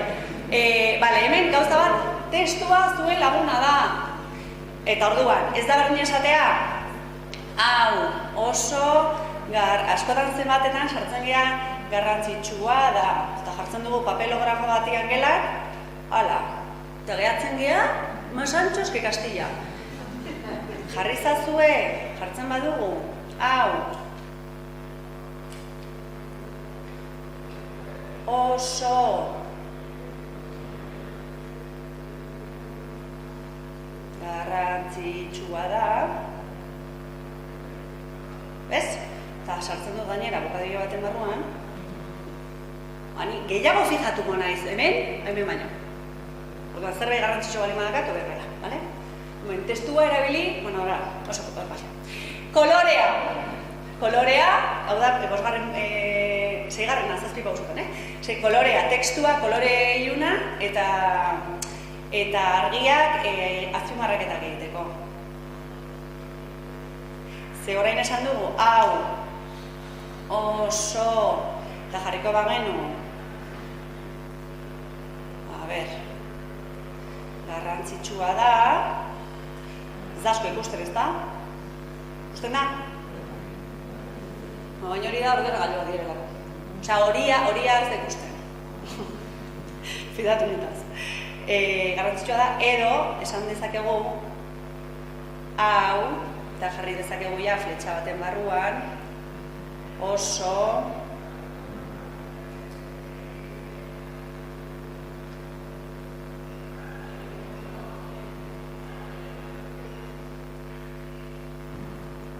bai? Eta ja begiak beste modu batera geratuko da informazioarekin. Inkluso, leheno esan dugun honekin, egin dezakeguna da kolore argiekin, bueno, betiko kuadernoetan egiten dugu moduan. Hau oso garrantzitsua da. Bale? Eta efektuak azkenan, superazkar, jolin, ikustu nire 40 minutara iritsi naiz baino hola, ez. Azkena, efektuak, bale? Bango diogu efektu modua. Bale, efektuak. Lehen esan dugu, Starman hau egan zegoela, edo Starman hau egon ziteken ere ondartzan. Bale? Esan dugu ez. Egan dago. Eta hemen jarri dezakegu hemen, ez toalla batean dago. Marra. Itxasoa. Bale? Efektuak egan, kolorea jarri dezakegu kapatxoa. Baina ez superheroina gehiago behar ditugu, jarriko dizkiogu koletita batzuk, eta listo. Eta hemen, ondarrari, zirkula, bale? Edo, arpegietan, efektuak, ni egon naiteke, kontentu. Ni egon naiteke,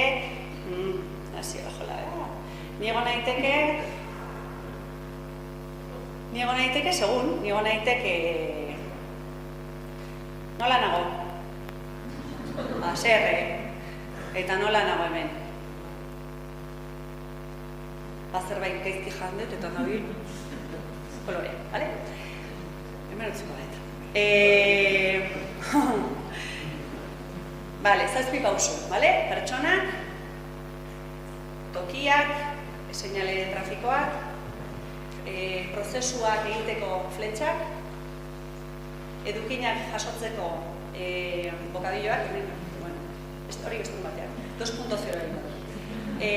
Testua erabili bizualki, kolorea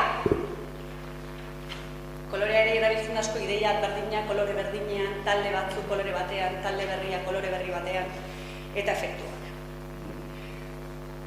Eta hemen amaituko dut.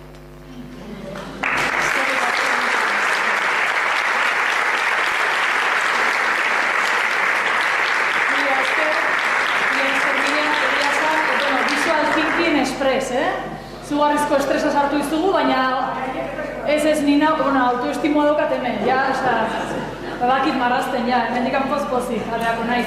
Bueno, esan dugu metodologia berritzaileekin lanean, horri buruzari gara, hirugarrena iraul, lan prestakuntza eta abientabidea ikasteko era berria eta izen horrekin iraultzailea, ezta? Behar du izan. Olatz Imazek azalduko digu, Olatz, zure txanda. Eskerrik asko eta egun on denoi. Labur egingo dut badaki ja, atxeden pixka bat hartzeko gokin gaudela dena.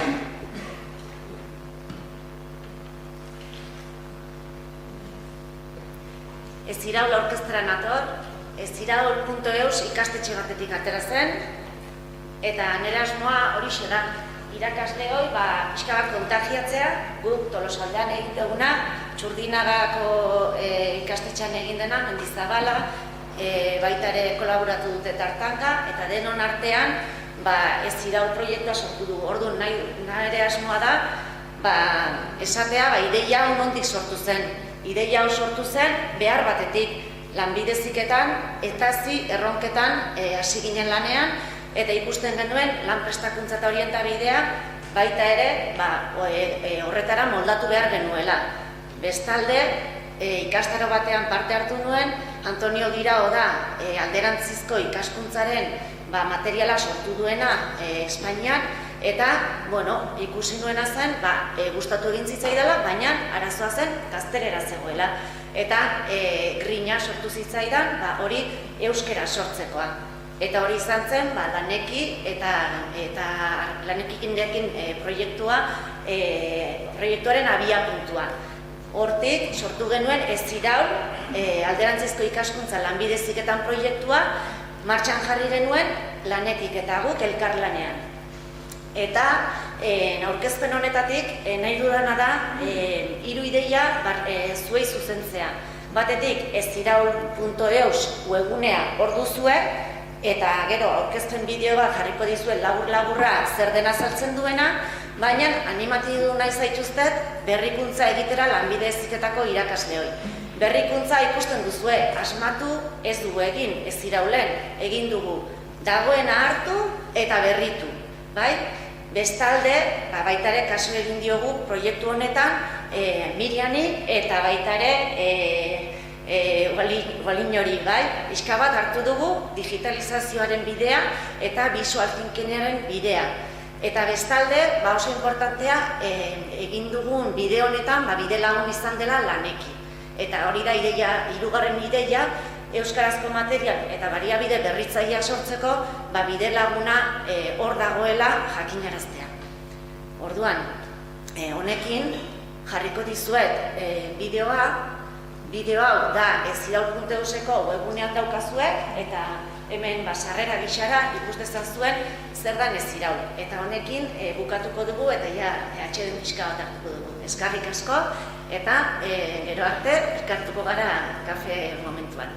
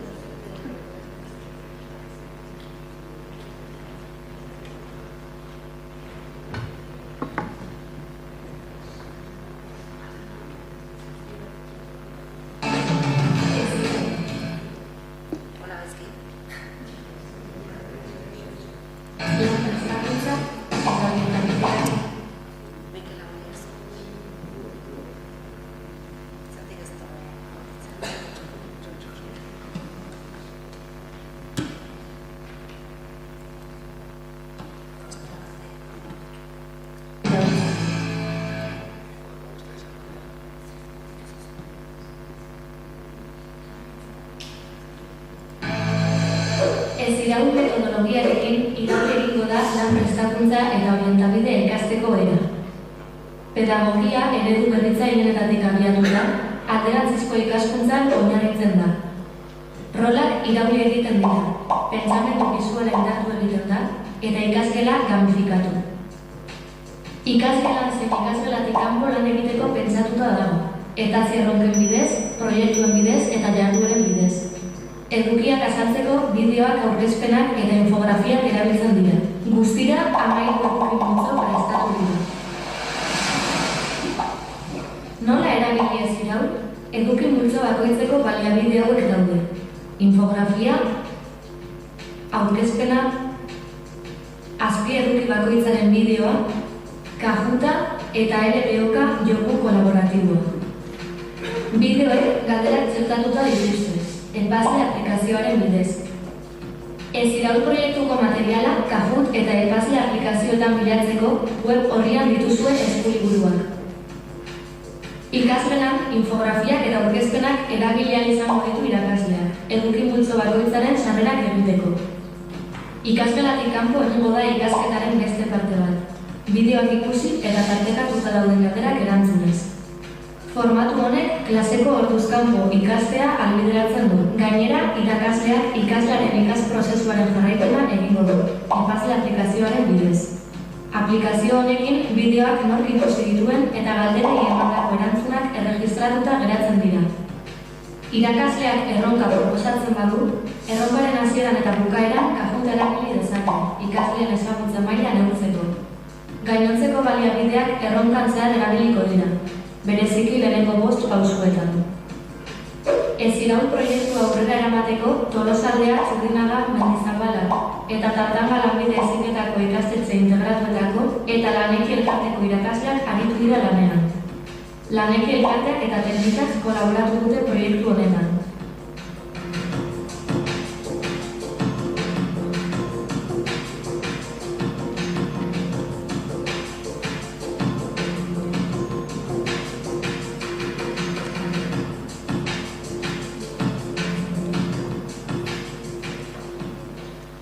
Eskerrik asko, hola Atzimaz.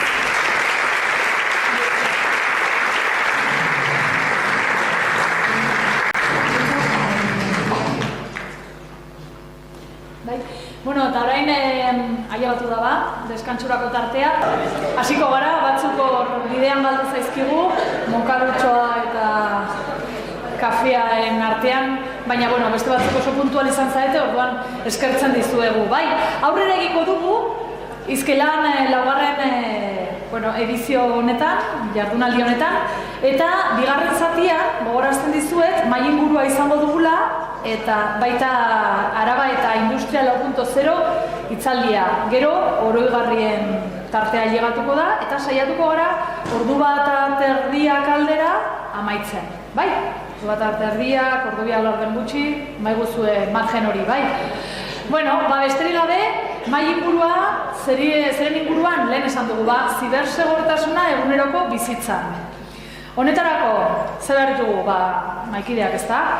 Ugaitz Naia, Egibideko irakaslea, Iratxe Lejarreta, Maristas Durangoko ikastetxeko irakaslea, Unai Segundo, aizaitzkede bai, egoltzara igotzen mesedez, Unai Segundo, Zubiri Manteo Donostiako ikastetxeko irakaslea, Xavier Martín, iparra.eus webguneko arduraduna eta informatikaria, eta moderatzaile lanetan, galderak eta ingoituena, Mikel Martínez de Zuazo, Egibideko irakaslea izango da.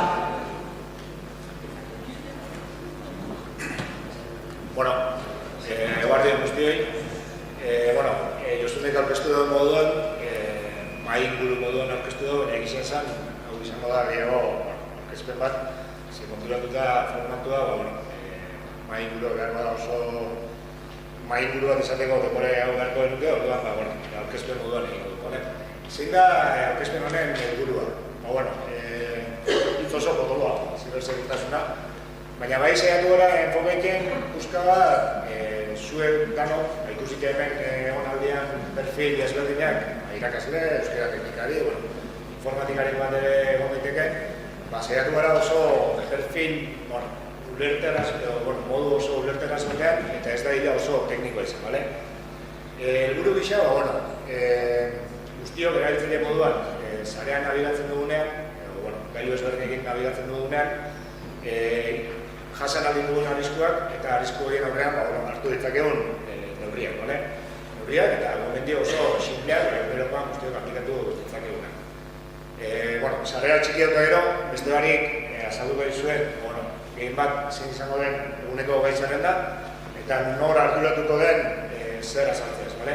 Lehenengo puntu moduan daukaguna da sarera nola ateratzen garen, eta zein ziurtasun ditugun, hau da, nabigatzailean edo mugikorrak erabiltzen ditugunean, ze arrisku dagoen eta zer neurri hartu bat ditugun, bale? Hortarako, ugaitz nahiak azalduko dizkigu zenbait neurri edo zenbait gomendio, jarraian, Xavier Martínez azalduko dizkigu, adirik gabeko konexioak erabiltzen ditugunean, hau da, wifi edo, mugikorretik 4G, 5G erabiltzen dugunean, ze arrisku dagoen eta ze gomendio baita.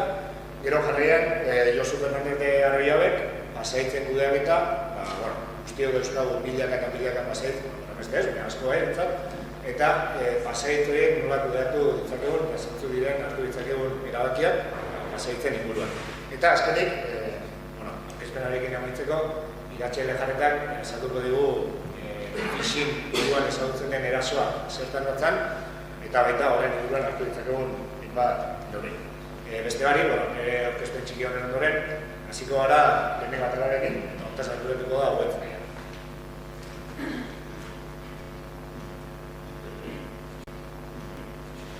Lehenik eta bain eskerik asko netortzearen, da gure gai frikioi nin buruan adigotearen.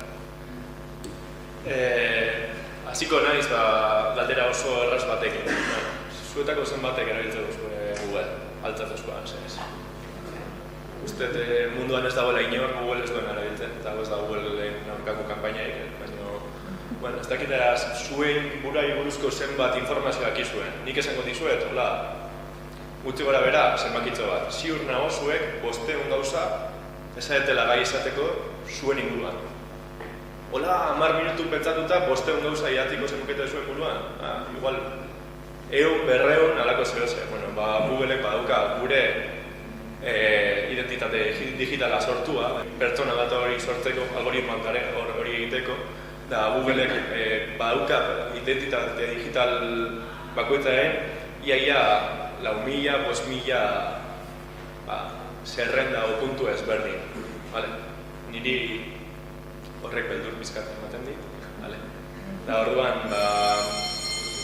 frikiak garelako auskalo, baina gustatzen zait, pribazitate bizkatzo bat, puntu bat edukitzen nire bizitan, nire etxian beti kortinak eta pertsianak egiten ditut gabean, ondo lo egiteko, da ez dakitzea guztiok interneten ez du hori egiten. Beti Google aipatut, baina beritzen Google, Facebook nahi duzuena, beti urteten zarete, urteten gara internetea oso ez dakit, atsegin, polit eta positibo batean. Uste dugu, bestaldean ez dagoela inoren entzuten, eta denbora guztian. Badago jendea, algoritmoak entzuten lehen, aipatutu da aurreko italdian Alexa eta horrelako inteligentzia artifizialak, horiek dia urrengoko pausua, hori izango da benetan munduaren bukaera, baina ikusten duzuen moduan nire helburua zera, beldurra sortzea, noski hori da nire helburua, askotan, baina beldurra ez beldurra sortzeko, izkita helburu batekin, kontzientziatzeko, guztiok hasi berko gineateke kontzientzia hartzen, ea nire datu digital horiek, benetan nireak diren, edo eta Googlenak diren, edo norenak diren, ez nahi sartuko RGPD darako arau potoloetan, baina pentsatu beharko genuke guztiak, guk gure buruari buruz dakiguna nork nahi dugun jakitea.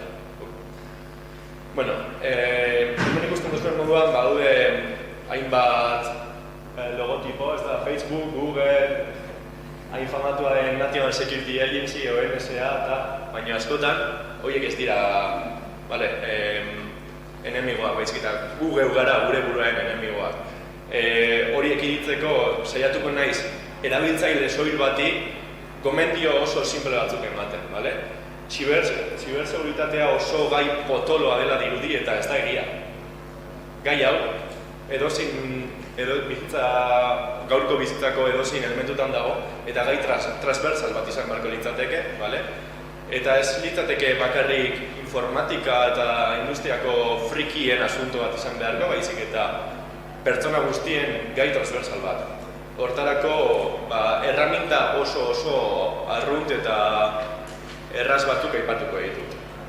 Bueno, lehenik eta behin, ahora agertzen dira, nabigatzailea, kapak eta pribatatu zana, nola egiten duten datuen bilaketa nabigatzaile? Erraz, zeago horren atzean, datu base bat.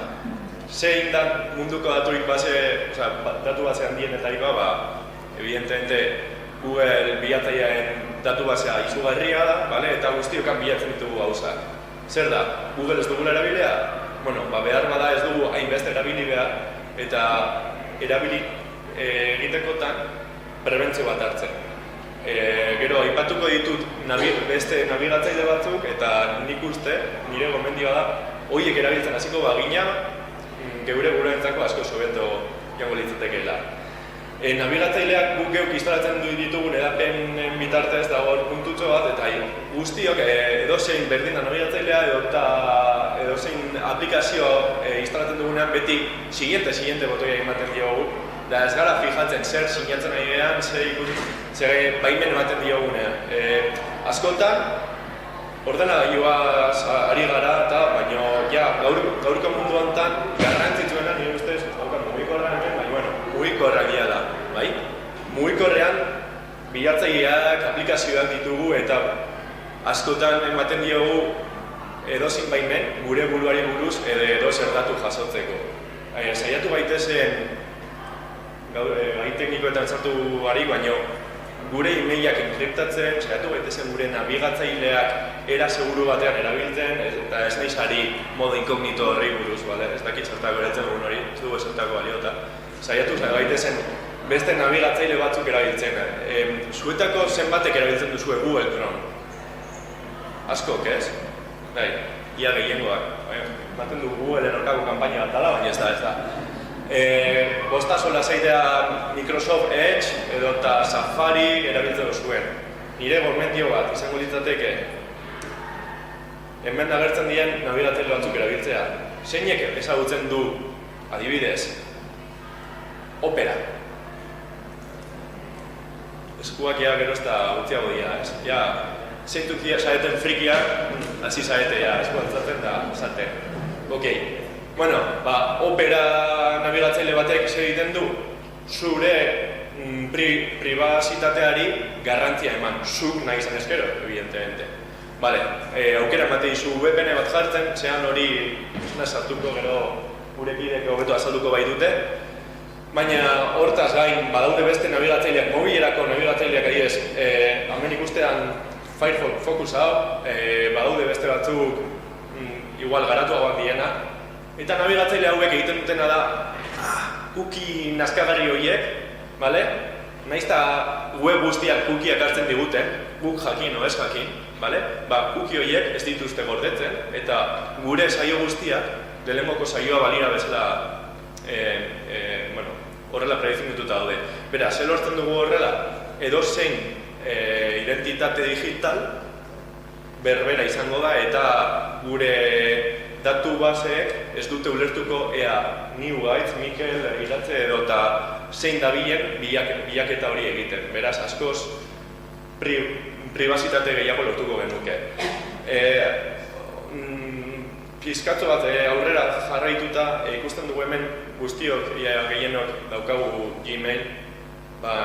Gomendio txikitxo bat utzi Gmail erabiltzari eta hasi gaitezen Thunderbird erabiltzen, mesedez. Thunderbird igual jende asko ez du ezagutuko, baina korreo edo eta e-maila zifratzen duen aplikazio bat. Askok esango duzu baina, enpresetan Gmail daukagu. Orduan, nire gomendia esango litzateke hasi zaitezte zifratzen zuen korreoak. Askotan gure jefearen hitz potolak esaten ditugu elkarrekin, eta behar bat noizbait jefeak e-mail hori irakurri egingo du, ez bai dago ondo zifratuta. Beraz, saiatu gaitezen gure lanpostuak mantentzen eta horretako enkriptazioa behar dugu, bai. Horretaz gain, aipatu ditut nabigatzaile batzuk, Firefox, Focus, bezalako bat mobilean instalatzea oso erraza da, bakarrik bilatu eta jeitzi, baina dagoen arazo handi bat zein da. Gero ez du esaltako balio Firefox Focus, Opera edo eta horrelako nabigatzaileak erabiltzea, bilatzailea Google baldin bada, edo eta Bing baldin bada, edo eta Yahoo baldin bada. Beraz, azaitezen tak-tak hau nabigatzaile, bilatzailea erabiltzen, bai? Nabigatzaile honek behintzat gure datuak ez baititu gordeko. Hau nabigatzaile aplikazio bilatzaileen inguruan izango ditzateke, edo nork erabili ditzazke oso intuitibioak dira, bale? Gertatzen dena ez dagoela marketing kanpaina handia, orokorrean frikiek erabiltzen ditugu, baina nire gomendioa da, o friki baten gomendioa mesedez instalatu. Mesedez, zuen etxeetako pertsianak hasi zaitezte jeizten, eta mugikorretan berbera egin, bale? Zuen bizitzako datuak, taberna batean besteari kontatzen ondo dago, baina ez duzu esertan bosgara gaioa hartu eta mundu guztiari izan behar, ok? Eta nahiko baduzue, gu hasiko gara gero zuen datuekin jolasean eta dio irabazten. Hori beste gauza. Hortaz, aparte, beste gomendi bat egingo nizueke. Guztiok erabiltzen ditugu sistema eragile tipikoak, batzuk Linuxen aldekoak gara, beste batzuk Windows, betiko Windows, beste batzuk erabiltzen dugu, ez dakit, OS X, Appleen sistema eragileak eta badaude sistema eragile oso ez ezagunak eta ezagunagoak izan behar dienak. Hemen 3 aipatu ditut, Tails, Parrot, Kali adibidez.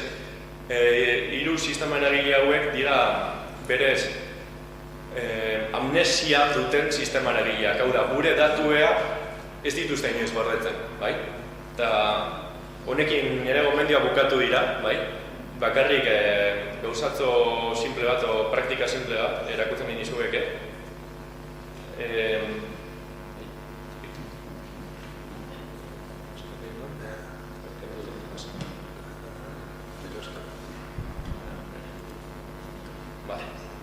Bueno, zuetako zenbatek entzun duzue Tor sarea, Tor nabigatzailea, batzuek bai, ezta? Eta gain, zuetako zeintzuek uste duzu hori hackerren gauzak diela. Baten batek bai, ez? Ez da egia, bale? Hemen ez daude drogak, ez daude armak zure eskura, bale? Hau nabigatzaile bat da, eta nabigatzaile honek egiten duena da zure pribazitatea benetan gorde. Niri, ez dakit, gustatzen zait Netflix ordaintzen duanean, estatu batuak batek 500 serie baldin badauzka, nik 500 serie horiek ikustea gustatuko litzaidak, azken finean diru berbera pagatzen dut, eta ez dut geolokalizazioaren arabera 200 serie ikusteko ahalmena izan nahi, baizik eta 500 ikusi nahi ditut. Nabigatzaile honekin hori egiteko kapaz gara. Ikusten duzuen moduan oso intuitiboa da, bai? Hemen ikusten duzue berria.eusen webgunea sartu garela. Behingogatik onartzen dioti emango diot, ez nuke hau egin beharko, baina Torre babestuko nahuela o konfiantza hori badaukat, bai? Hemen ikusten dugu gaurko egunkaria, baina irakutzen nahi dizuedana zer da? Aipatu da moduan, nabigatzaile honek zer egiten du? Leku ezberdinetatik mugitzen gaitu sarean, eta gu hasi gara toki batean, Alemaniatik pasa gara, estatu batetatik, Suizatik, eta azkenean berria.eusen webgunera sartu gara. Horrekin zer lortzen dut?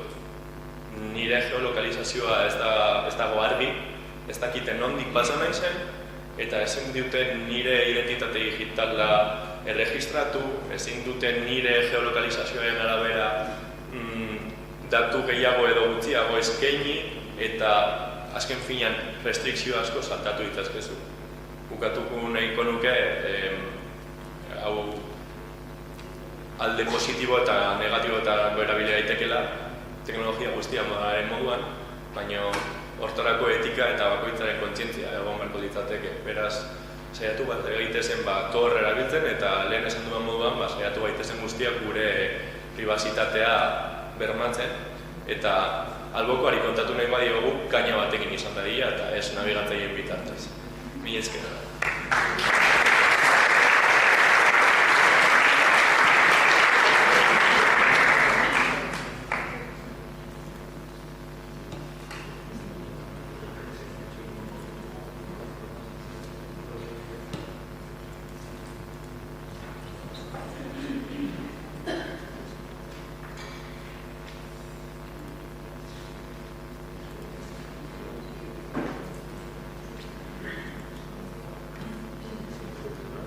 Jarraituko dugu, pixka lusatu gara uste dut.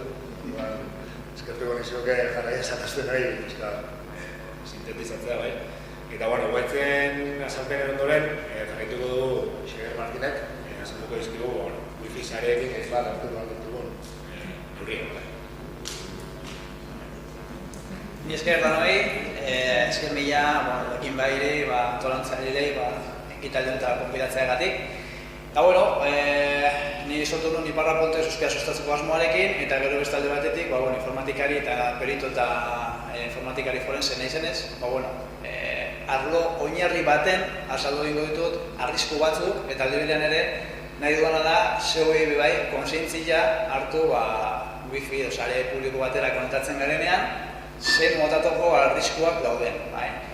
Egiten dugunean wifi puntu batera konektatzen garenean, hoteletan, bibliotekietan, aeroportutan, normalan ikusten dugu free wifi doainik, batzutan ikusten dugu ikurrak kandauekin eta beste batzutan ez, Orduan askotan hor sartzen zaizkugu zalantzak, seguru alda izan, ez da seguru izan behar, abitxo hau seguru da, pasaitz eskatzen diate, erregistratu behar naz, da mara da, ez da? Duela hilabete batzuk egin eban alako ikerketa bat nire kabuz, 3 puntu desberdin datik bai, bat liburutegi baten, publikoa, pasaitze barik, beste leku baten, pasaitzarekin, eta gero beste leku baten, zentro komerzial baten, erregistro talanagaz. Zer lortu nun? Momentu horretan, konektatuta zeuden pertsonen guztien datuak hartu.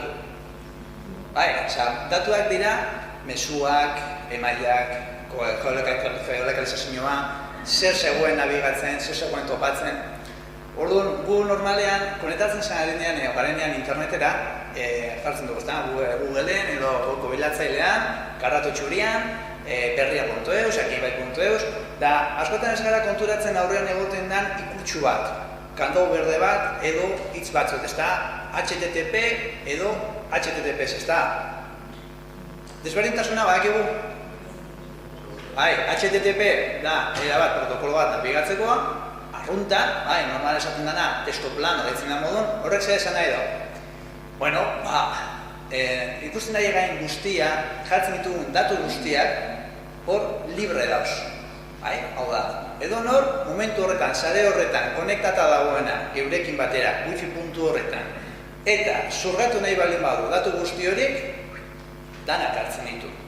Dana, kretu txartela, pasaitza, nana, erabiltzaile izena, dana.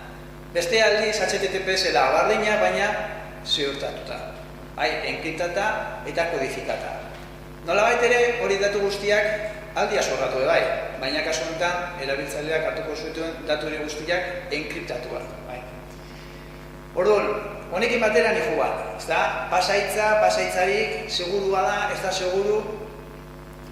Hemen dakagu adibide grafiko bat, ez da? Alde batetik daukagu pertsona bat, bere portatila batean, konektata, hemen, unibertsitateak, hemen, aretonetan, da, guztiok gara konektata hemen.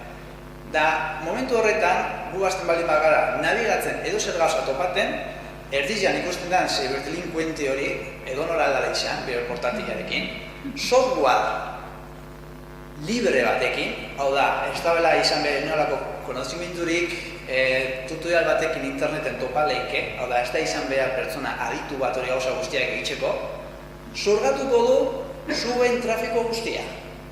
Bilatzen da izaten guztia. Ze ordenagailutik, ze IP-ren ordenagailua da, identifikazio zenbaki bat, horrekin aldana inkluso sartu zuen ordenagailutera seguritasun nolako segurtasuna bakasuen jarrita edo ez. Lantokian baita gerta leike. Kosontan, bakarrik, babestuta ez dauzen protokoloak, hau da, HTTPS hartuko zituen, baina ezin izango zen desenkripta. Orduan, wifiak seguruak aldira? Nire gomendioa da, izan ez gero, telefonoa hartu, zuen kablearekin, engantxa eta zuen telefonotik ibili. Ez baldin bada, topako zeo zer informazio larririk ez daukona, eguraldia, zuen datu pribatuak ez sartu inoiz bez. Ez da, erosketak egitxeko, ez errez. Ze hori guztia zurratzen da. Hemen dakagu, adibide bat, hau da, irudi bat, nik erabiltzen dudan aplikazio bat, eta hemen igual zuentzako txinu esan lehike, baina han beltzezko eta berdez agertzen dana, da, pertsonen IP desberdinak, hau da, ordenagailu desberdin bat, eta ondoan ikusten dira zen motatako datua zurgatzen ari naizen. Gero, ez da hori bakarrik, nik alditu gero, datu guztiak gabe gorde, eta gero txian gabaz ikusi. Bi bat datu dira, orduan filtroak, hemen goian ikusten den bezala, fikatzen bazarete, HTTP jartzen dau, aldu jarri PNG, aldu jarri JPG, login, erabilba dago nonor, unibertsitateko nonor, inoiz ikusi dut unibertsitateko logeatzen, eta babestasunei barik, abisa behar unibertsitateari, proxu kontuz, hau logean logeterakoan, jarri ezazue HTTPS. Ze ondino, badao jendea HTTP protokolo erabiltzen duela. Erakundeak HTTP protokolo erabiltzen dutela. Orduan, sartzerakoan, pasaitza eta erabiltzailea eta ni baldin banago, wifi sare horretan, erabiltzaile guzti horren datuak jasoko ditut. Eta gero lo dagoen bitartean, ni etxean, sartuko naz eta hasiko naz kuskudiatxe. Orduan, horretarako, konbientu jarria da, ez erabiltzea HTTP protokoloa eta batez be bada erosketak egitxeko. Honekin batera, VPN sarea, inoiz entzun duzu VPN sarea zer da? Baten bat bai. Aurreko kideak komentatu duen bezala, nabigatzerakoan ez da bakarrik NSA edo Facebook edo Google gure datukin gabatzen da era. Baizik eta bai, konpani telefonikoak ere.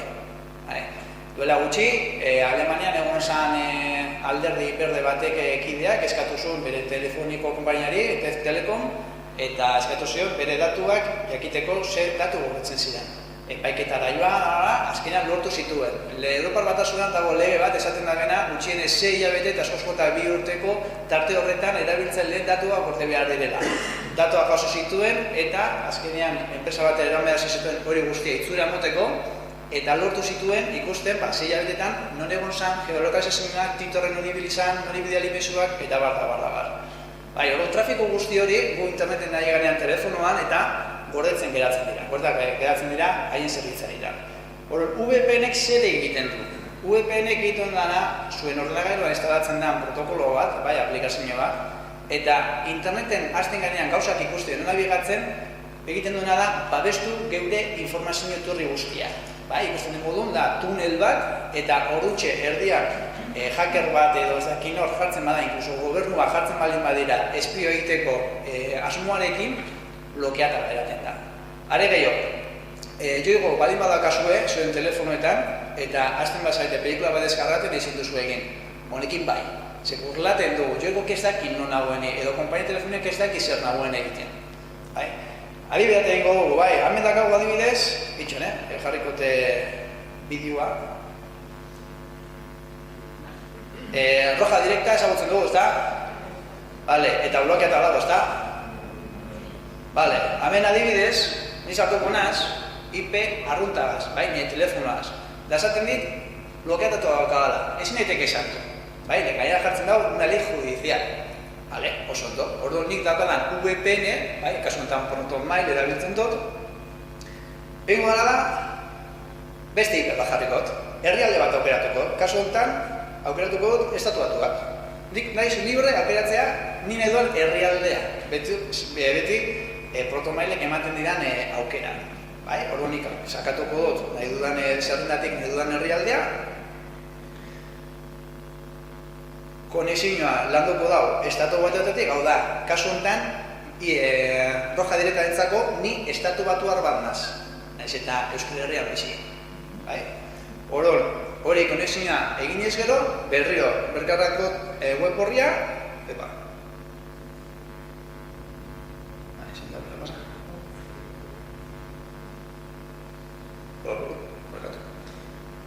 sorry.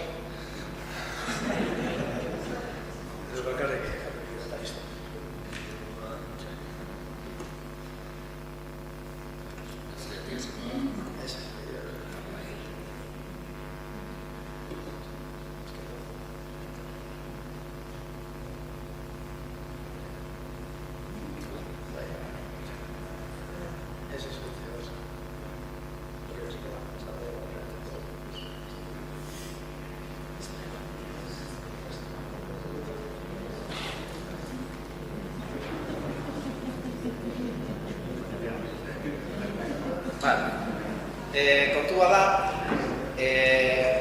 webgunean debekatuta dauko IP batzuk, ez da, kasu honetan, estatu mailan danez, geure geolokalizazioa bebai IP bitartez egiten da. Orduan zuzenean gu goiaz IP estatu espainolakoa.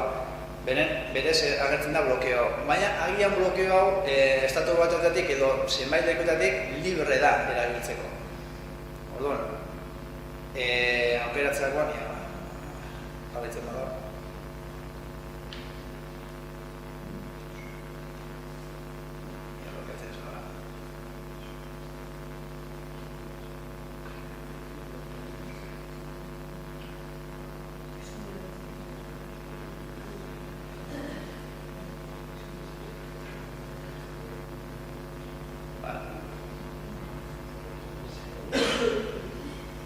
Kasotan, mostetan.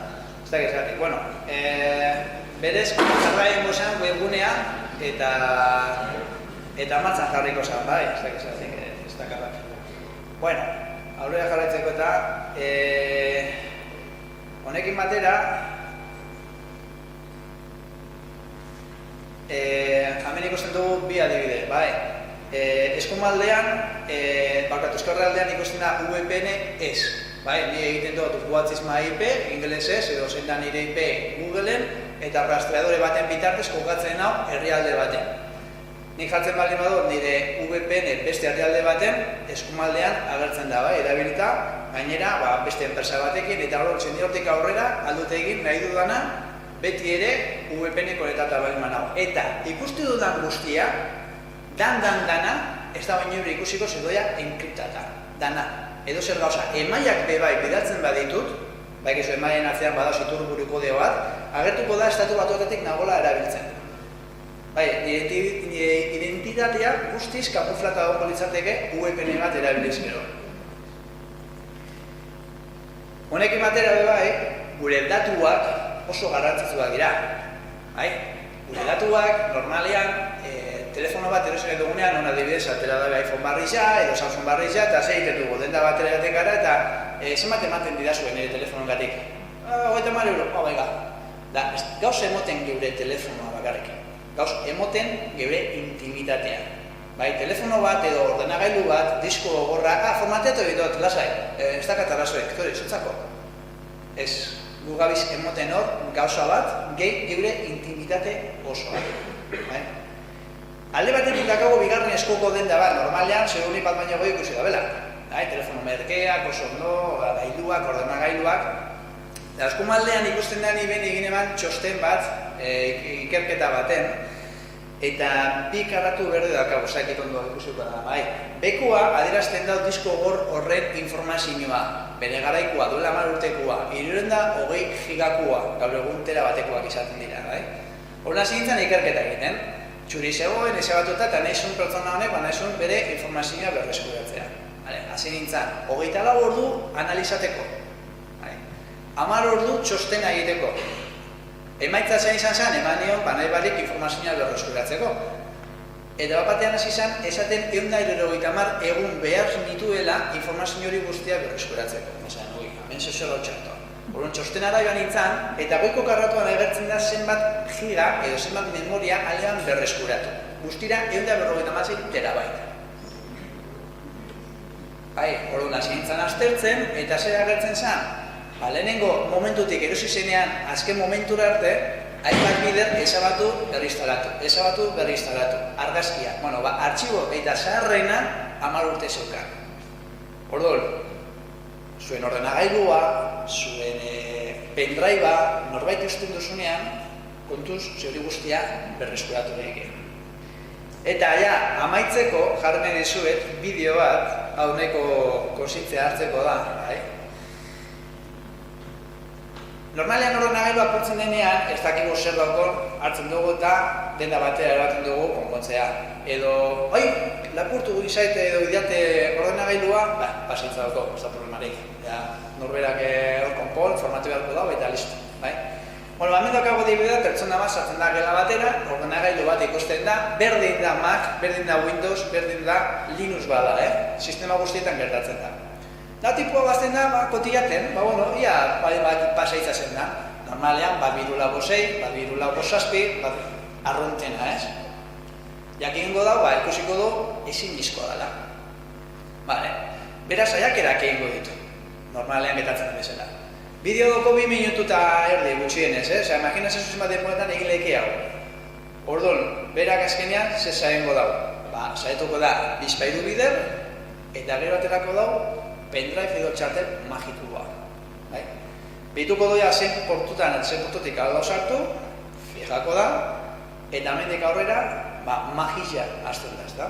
Pertsona hau sartuko dau, ordenagailu horretan, beti arrastrorik utzi sartuko dau txartela, alde izan txartel mota USB edo alde izan pendrive USB bat, Orduan, segingo dau, saio bat egingo dau paralelo, sistemari paralelo. Eta hau egiterakoan, pasaitzu guztiak ez da bezetalako balio. Sartuko da, askatasuz osoz, libre ordenagailuan, aldau ikusi dokumentuak, aldau lapurtu, aldau ezabatu, aldau aldatu, aldau modifika, aldau egin nahi dauena. Kasu enten, jarri dut, badako bideo bat, kreditu txartel baten datuak. Gorde, kortiak pega, itzatzi eta listo. Hau gertatzen da? Bai. Eta arrez da egitxeko? Bai. Edo zen momentuetan, edo sistema eragiletan. Nola ekiditu, nola zure ordenagailua babestu? Enkriptaten. Zuen disko gogorra enkriptatu behar duzue. Bestela, arrisku hau beti egongo da eta beti existituko dago. Eta ja, denbora dela eta sentitzen du, baina beixa guztia. Eskerrik asko.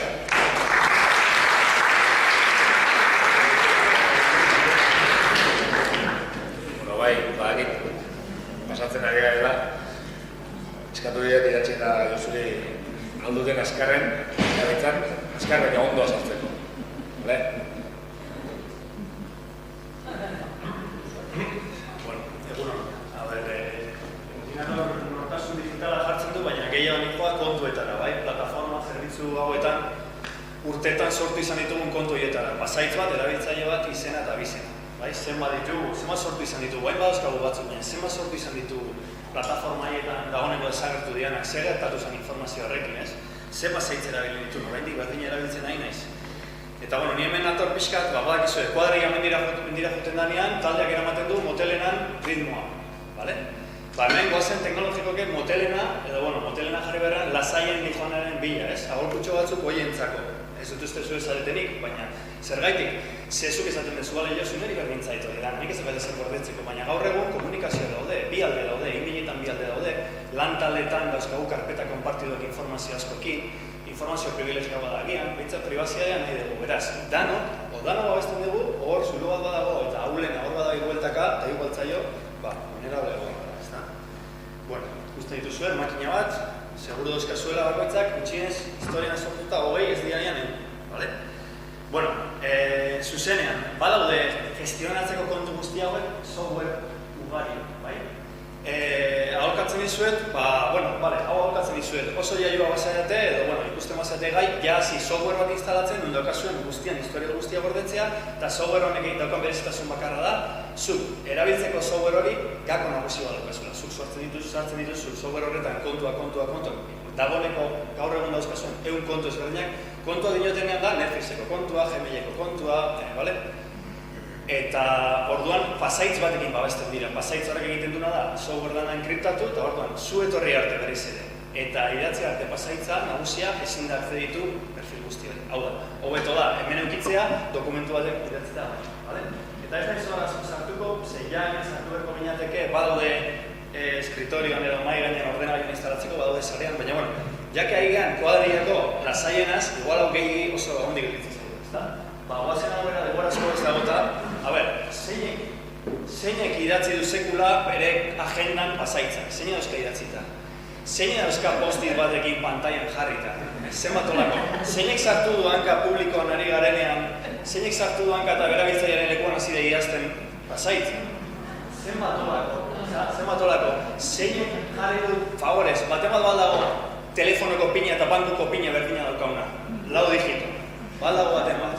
Seguru baietz, seguru nago baietz. Zer esanik ez, beste, bankuan ez dirua dago, baina beste pasaitzazko seguru nago berdina dauzkazu. eta gauza ugari, bai? Bueno, nire hobi bat da, bus eta trenreko reflejotan, ikuste aurrekoa mobilan zertan dabilen, eta ikusten da ze pasaiz jartzen du, zer abiltzaile jartzen duen, eta dan, bale? Konversazioetan ateatzen dugu mobila eta bestaren aurrean jartzen dugu gure patroia. Bueno, konfiantzako jendea da. Esaten diogu beste gaur goizean, kotxean etorren EHko irakasle batekin, esan dio, wifi badago eta zin, bai, gurean, edurron, esango dizkizu nire erabiltzaile eta pasaitzat esan dut. Egia zu esan, ze badakit pasaitz hori beste danetan erabili dezula. Da, konfiantzakoa. Aiban ere txartela, ez dirua, pina eman duzu. Horrelako gara, eta, bueno, eta bestea, liburutegian udal liburutegian askotan esaten da, joe, kamara hau, ni grabatzen ari da. Ikusten ari da zer bultzatzen nahi izan, ez? Eta, bueno, besterik gabe ikusteko, nahi zuen esan segertatzen da kontu guzti horiekin. Ni ez nato pixkat Mikeleko mandu ikusu puntuak, badagoela jendea gaidanaz laportzeko informazio hori momentu puntualetan. Ni nato arrezatera, badaudela dagoeneko filtratu direla zerbitzu guztietako datu baseak. Filtratu dira eta daude interneten bueltaka, bai? Eta dago informazio guztien. Beraz, nik nola jakin leikez, ez dakit estekakoa ditudan, itxaina, berriz atzera noa, eskape, eta, bale, besterik gabe, daude leku batzuk, joaten zaren eta esaten dezun bertan. Bueno, nik nire kontu hori, nire ineiari asoziauta dago kontu hori, izan da komprometitua dino, datu base horietan joan da, filtratu da, non azaltzen da nire pasaitza. Saltzen da, edo, bueno, pasaitza badakizuek, testo planoan gorde beharren, gordetzen da jas ditzen da nolako goza, ulertezin batean, baina posible da rebentatzea jas hori, bai? Bueno, ni jarriko nuke nire laneko elbidea, bai? Txoinek kristun darrara dakat bihatzetan, asmatzen badet, subidinmanteo.com, bale? Bale, uste lortu dela. Bueno, eta esaten dit hemen, ikusten badizue, arratoia hemen. Ikastezu, no, bueno, behintzat, komprometituta dago zerbitzu bat kanba deitzen dela, nik okupatzen erabiltzaia, eta hor nago. Incidente hortan, bretxa hortan, datu bazetan bueltak arabil. Honek ez dizu esaten incidente horretan ze pasaitz zegoen, esaten dizu kontutan egon, hor sartu zenuen pasaitza, agian komprometitu dagoela. Datu egin behar dezu eta bar. Eta era oso euskarean. Datu base horiek lortzea badauzkat, filtratu dana, ez? Bueno, hau da Ghost Project, frantzesa, eta esaten dut, jode, hau da, akzesoa, ze datu base horiek lortzen, ibili bertzan eskatzen, jendeari, torren sartu, lortu datu base horiek filtratu dira. Baina hau da pagina bat, webgune bat, non sartzen zaren eta esaten zu, etxaben bada dago hemen? Ez, ez da? Esaten zu, igual refreskado merko de pantalla, baina, bueno, ikusteko momentu baten, posible dan, igual, ingo detena da, eguneratu pantalla, eso segundo bat, vale. Bueno, hemen jartzen dezu edo zer gauza, eta ikusten du, koinziditzen duen bide elektroniko batekin, vale? Nik, etxar, vale? Ematen diot, eta saltze zait, ja filtrazio horietan egon diran elbideak, vale? Nahi zuen ikustea, berak izkuntatu egiten ditu hiru horiek, baina bueltaka gabiltzen horretan ikusteko gai garagu. Bueno, daukagunak batu base horiek. Hau da, esaten du, etxabe bueltak horrek problema dauka, ze behitu, zemat kontu egin ditu, bai, kontu, imin kontu. Gero horren izan imin kontu horrekin asoziatu ditula beste perfil askotara, bai? Orduan ikusten dugu, SHE, hainbat izki gehiago dauzela, errepitzatu egiten etxabe honek pasaitzen. Ikusten duzue? Urrundu naiz, baina ikusten duzue nola aidan errepikatzen, etxabe honek problema dauka. Ni joaten naiz bere perfil askotara eta sartzen naiz pasaitz honekin. Badaukazu programazio, deitzen da Ghost Project, sartu zeuena, ikusi haber filtrauta dagoen, eta batzuk intuitzeko erraza dira, bat biru, dago 6-8, edo horrela, bai? Edo bere izena, bere abizena, bale? Bueno, ez naiz gehiago sartuko, denbora ez eskabiltza ondo, bale? Jakintza zuen, seguruenago zuen, 180an informazioa hor dagoela. Aurkezpenera noa berriz ere, lortzen badet, hemen dago PPT-a, bale, F5, ez da? Bueno, konbidatu. Konbidatzen zaituzte joatera Ghost Proiektera eta ikustea zuen lagunena, zeuena, eta bai, pixkat kontzientziatzeko nahiko ondo dago. Nahiko ondo dago.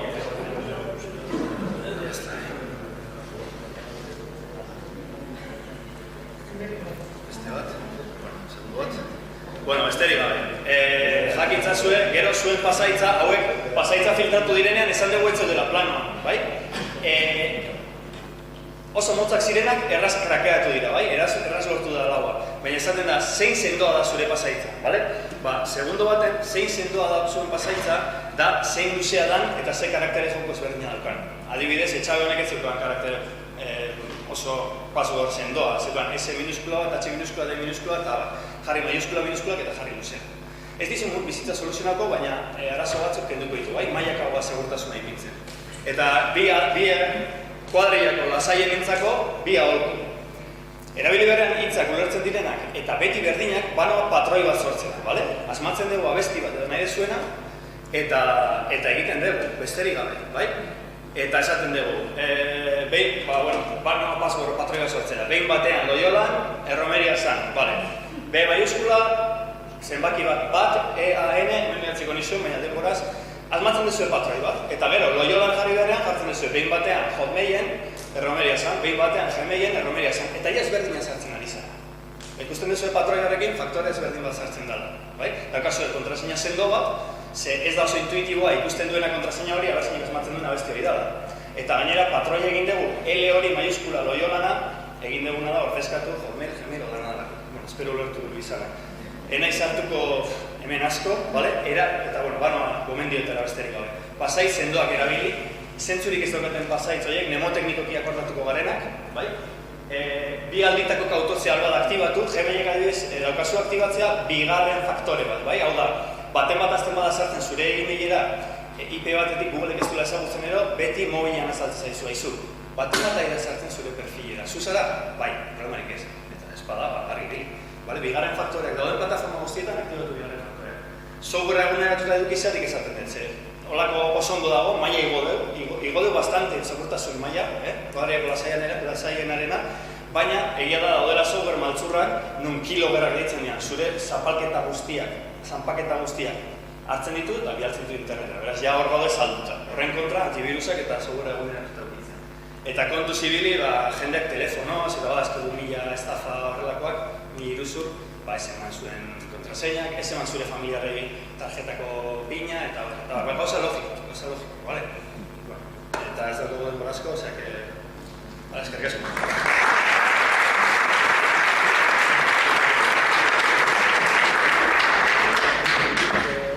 Horren bat, metxe egingo du, phishing teknikaz egingo du iratxak. Kaixo, egunon, saiatuko naz, alik eta laburre egiten. Ez dakit, zuetariko danok ezagutzen duzuen phishing hitzaren esan nahia, baina, adibide batekin, segurazki gehien noi ezaguna egingo zaizuela phishinga. Zer da phishinga? Azken finean, identitate bat ordezkatzea, ezta? Eta nola egiten da, ingenieritza sozialaren bitartez. Zer da hau, erasotzaile eta biktima baten artean harreman bat sortzea, konfidantzazko harreman bat, eta erasotzaileak ahaleginduko da biktima horretaz ahalik eta informazio gehien ataratzen edo manipulatzen berak nahi duen ekintza batzuk egin ditzan. Adibidez, ez dakit norbaitek ezagutuko duzuen, egon dira kasuak non Microsofteko teknikari batek telefono deitzen duela, esanez Windowseko sistema eragilea aktualizatu beharra dagoela eta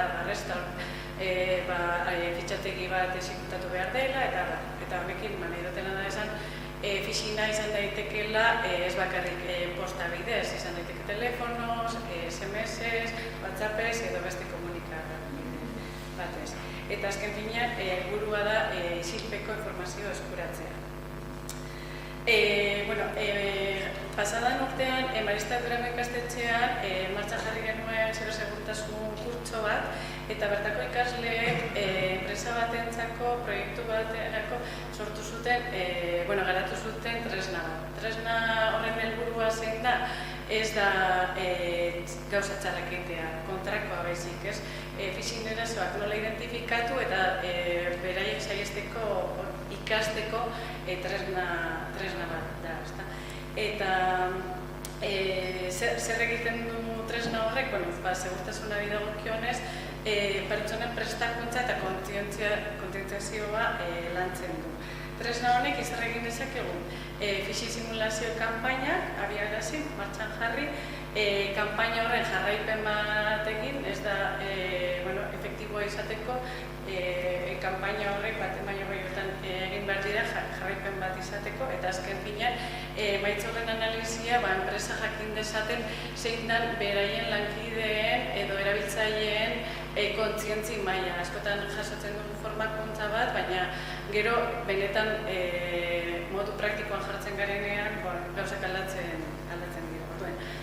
Tresna hau da formakuntza bat modu praktiko eta real bat simulatuz. Tresna horretan oso bizualki eta grafikoki ikusi dezakegu zeintzuk izan diren emaitzak, zenbat kanpaina horretan zenbat email bialdu diren, horietariko zenbat zabaldu diren, horietariko zenbatetan klik egin den, eta zeintzuk izan diren datuak sartu dituztenak, eta gero bebai dauko aukera norbaitek identifikatu badu spam edo asteragarri bezala bebai informazio hori eskuratzea. Eta nola funtzionatzen du tresna honek edo phishingak adibide batek bitartez, postontzian jasotzen dugu e-mail bat, itxuraz normala da, adibidez zuen bankuko e-mail bat, hori da, gero eta informazio gehiagoekin biktimarengan, errazagoa izango da biktima hori tranporretan jaustea. Segurazki asko jaso izan duzue, banku bateko e-maila non zuek ez duzuen konturik. Kanpaina horretan ez dute zuen datuak kontuan izan da, adibidez, kanpaina masibo bat, ez? Baina adibidez, enpresa baten badakite ehuneko portzentai handi batek nomina kobratzen duela banku konkretu baten, errazago izango da jaustea iruzurrean, ezta? Eta ez da oso erreza identifikatzeko ondo egina badago, zeren e-mail helbidea berdina dela ikusten da adibidean. Eta zer gertatzen da klik egiten badugu bertan? Berbideratzen gaituela web orrialde batetara. Ikusten dugunez web orrialdea ia berdina da, eta ez da erraza identifikatzea. Nun konturatu beharko ginateke, goiko aldean domeinua, helbidea jartzen duen tokien, aurretik esan duten bezala, konturatu beharko ginateke segurua dela, HTTPS izan beharko litzateke, eta ondo egina badago domeinua oso antzekoa izango litzateke, adibidez, laboralkutza, izkiren bat aldatuta edo izango du, eta ez da erraza identifikatzeko, ezta? Eta paraleloki tresna horrekin zer ikusi dezakegu, kanpaina horren jarraipena, ezta? Jakin dezakegu e-maila noiz bialdu izan den, noiz zabaldu den, klik egiterakoan jaso dezakegu sistema eragitzailearen informazioa eta baita nabigatzailearen informazioa, datuak bialdu baditu ere, ez da benetako web orrialdea izan, jaso ditzakegu pasaitza, sartu dituen datu guztiak, eta gero identifikatu badu asteragarri edo spam bezala, bebai jakin dezakegu. Eta, honekin ez da erreza identifikatzea, nahitaten da esan, argi bili behar garela, baina obsesionatu barik. Guk egin dugun frogetan, aurretik lan gogor bat badago informazioa ataratzen, ehuneko ehunean jauzi dira gure biktimak, ezta? Gero eta informazio gehiago errazago izango da, jausteko horregaitik behar gara, eta nola identifikatu, izenak erabiltzen dituzte eta enpresa realen irudia hartzen dute. Igor Legiza, enpresaren izena edo konpainia bertako langile baten izena dara matea diz. Jaso dezakezue lankide baten e-maila izango balitz bezala, eta benetan e-mailan berdina izan daitekela. benetako konpainien antzeko webguneak erabiltzen dute, oso antzekoa da, desberdintasuna izan daiteke domain izenean, eta kako gisa lehendik dagoen kontua galtzea erabiltzen dute azkar egiteko, azkar sartzeko eta esamateko denbora askorik pentsatzeko. Eta ohartu zelan konturatu gaitezke, buruak ikusi, ez gara obsesionatu behar eta buru guztiak aztertzen hasi. Baina bertan ikusi dezakegu, ez dakit ikusten oso txikia, baina e-mail helbidea bai da berdina, benetakoa, baina zabaltzen badugu ikusi dezakegu ze postontzitik datorren. Eta hori bai dela iruzur egiten duenarena, bai? Hor ikusi dezakegu identifikatu behar dugu ez dela benetako postontzi. Egia da, marketing kanpainak egiten dituzten enpresa, baliteke beste postontzi batetik egitea kanpaina hori, baina, adi egotea, batez ere,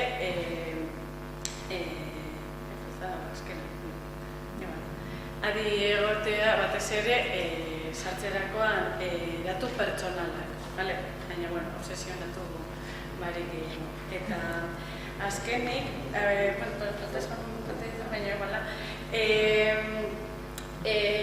nahi duke,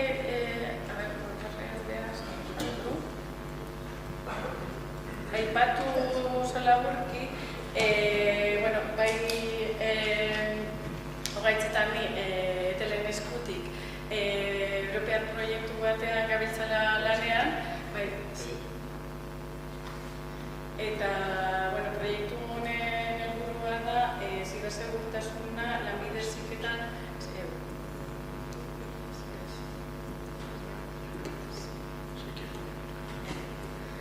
proiektu honek bilatzen duena hasieratik informatikan gauza basikoetatik maila altu baterainoko jakintza duen batentzako proiektu ezberdinak sustatzea. Europar Batasuneko proiektu bat denez ingeleraz dago eta erronketako bat materiala sortzea da edozein pertsonetzako eta gero gure erronka pertsonala hori euskaratzea izango da.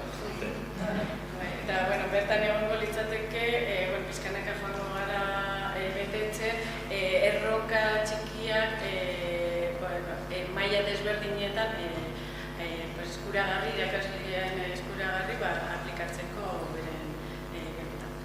Gero izango zen. Karrik asko.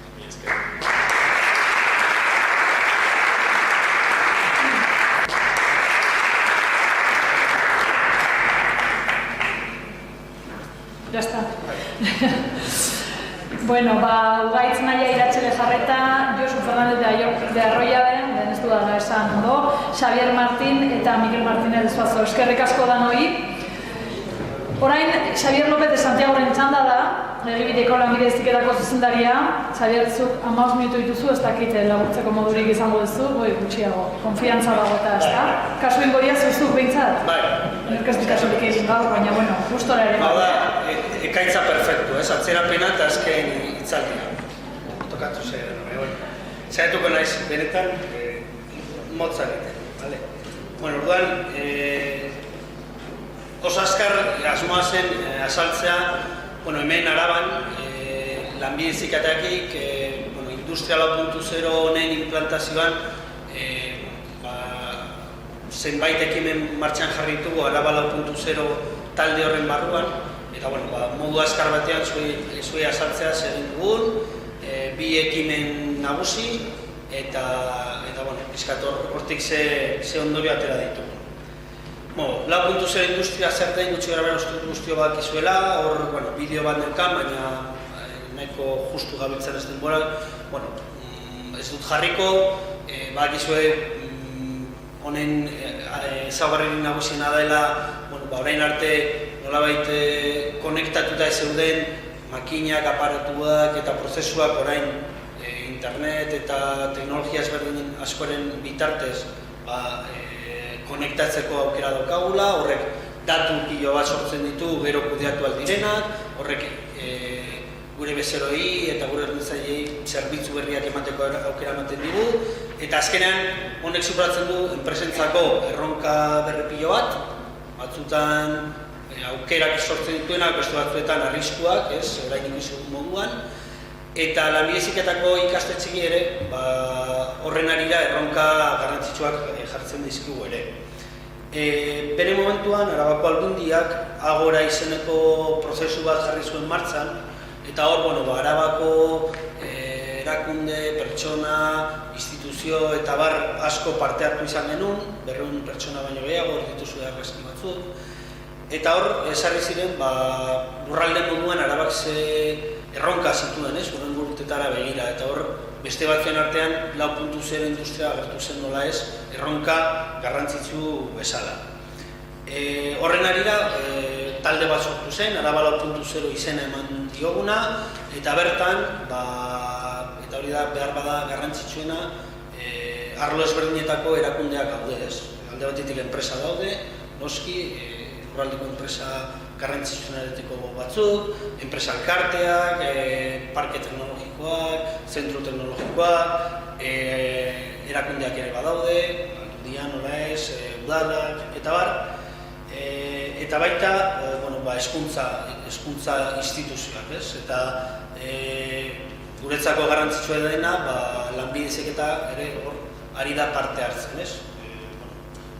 Konkretuki modu zuzenago batean, Mendizabala eta Emilio ikastetxeak, ETL eta Ikaslan Araba sareak edo nolabait ordezkatuz.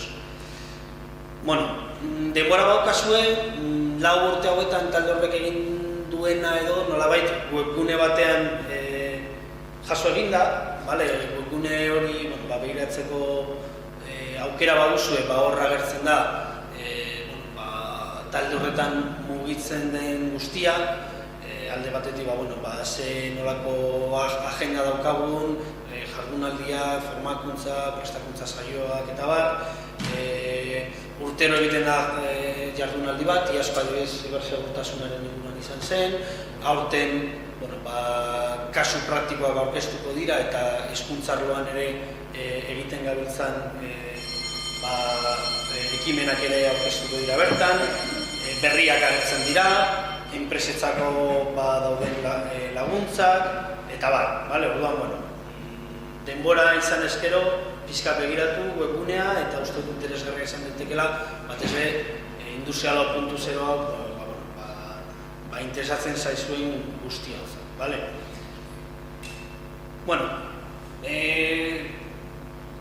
Nire helburura pixkat jaitsiz, azpimarratu, eta hori uste garrantzitsua izan zela, talde honetan guztiak adoz egon ginela, hasieratik, eta hori enpresak eta erakundeak ere egon ziren, Industria 4.0-ren implantazioaren prozesu honetan, lehenengo pausua zela hezkuntzan fokoa edo jartzea.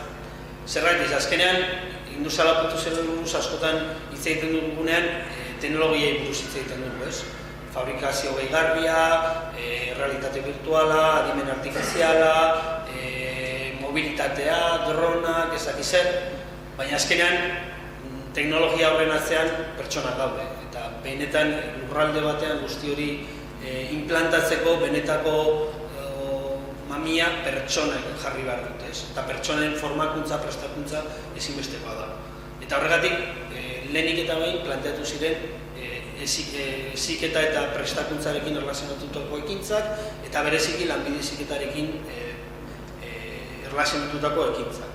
Ni gaur, hor dauden lagoa komentatuko ditut, baina batez ere azkar azkenengo biak. Alde batetik, irakasleen prestakuntzarako planteamendu bat egin zen, hor batez ere ikusten dituzuen 3 teknologia horietan, fabrikazio gehigarriari buruzko prestakuntza planteatu zen, eta ikastetxe horietako irakasleek parte hartu zuten bertan, zibersegurtasunari buruzko formakuntzare, eta robotika kolaboratiboa izan zen 3. teknologia. Horrekin lotuta, apostu bat ere egin zen ekipamenduen eguneratzearekin, eta hor esan behar da instituzionaldetik apostua egon zela, eta behin ekipamenduak eta irakasleak nolabait prestatuak geneuzkanean, bi ekimen jarri ditugu martxan.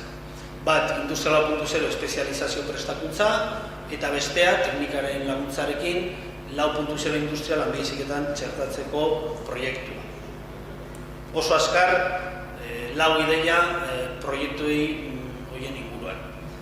Lehenengoa, azkenean izan da, elkarlanean 3 instituzioak sortutako espezializazio programa bat edo formakuntza bat. Helburua, Araban 4.0 industriarekin luteriko teknologietan prestakuntza espezifiko bat izan duten pertsonak prestatzea. Azkenean, enpresek ikusten dutena da, teknologia berri horiek guztiak implantatu behar dituztela beraien eguneroko jardueran, baina beraien langilea, beraien pertsonak ez daudela horretarako prest. Programa honekin saiatu garena da, behintzat teknologia horiek ezagutzea, ze aplikazio eduki dezaketen eta enpresan nolabait prozesu horretan lagungarri izatea behin prestakuntza hori jasota. Nori zuzendu diegu, bai lanbide heziketatik zein unibertsitate mailatik datozen pertsonentzat. Batzuk berez lanean zeuden enpresa batzuetan, beste batzuk langabezian. 330 orduko prestakuntza bat osatu dugu, eta jadanik 4 talde egon dira prestakuntza jasotzen, 15 pertsonetakoa guztira 60 pertsona baino gehiago, aurten 5. edizioa martxan jartzen ari gara. 3 erakunde ari gara horretan lanean, bai diseinuan eta bai formakuntza hori ematen, egibideen robotika, automatizazio eta ikuspen artifizialaren partea edo ematen dugu, Euskal Herriko Unibertsitateko Ingeniaritza Eskolak informatikarekin erlazionatutako partea, zibersegurtasuna, Big Data, gauzen interneta, automatizazioan eta MES sistemak, eta ikaslan eta Zarahobek, ikaslaneko ikastetxeak, diseinu parametrikoa, fabrikazio gehigarria eta mantentze prediktibo proaktiboa. Horretarako, nola ez, material batzuk garatu ditugu eta lehen ere izan den bezala eta lanekiren laguntzarekin helburuetako bat da guzti hau, sortzen goazen material eta unidade didaktiko hauek euskerara ere pizkanaka pasatzera. Eta bukatzeko, beste proiektua komentatu dizuedana, Zaraube, Bibi eta Mendizabala ikastetxeok teknikaren laguntzarekin eta teknikaren berrikuntza proiektuen subentzio deialdi horren barruan 4.0 industria lanbide heziketan txertatzeko proiektua. Hemen saiatu garena da teknologia berri horiek komentatu ditugena, fabrikazio gehigarria, robotika kolaboratiboa eta mantenua batez ere, bi ikasturtetan zehar, garatzen, nolabait gure ziklo ezberdinetan sartu ahal izateko. Jorratutako teknologiak 3 horiek izan dira, lehenik eta bain enpresen beharrak edo aztertu genituen, ze behar zituzten eta ze formakuntza behar zituzten, ze teknologiak ari ziren erabiltzen material horiek sortu ahal izateko, lanbide heziketako irakasleentzako ere prestakuntza planteatu genuen, eta azkenik ziklo ezberdinetan erabiltzeko unitate didaktikoak sortu. Ondorio bezala edo, zer ikasi dezakegun ikustut Araban aurrera eraman dugun esperientzia honetan. Balde batetik eta garrantzitsuena, olako erronka baten aurrean, gakoa batez ere elkarlana dela. Uste dut ideia hau behin baino gehiagotan atera dela goizean zehar.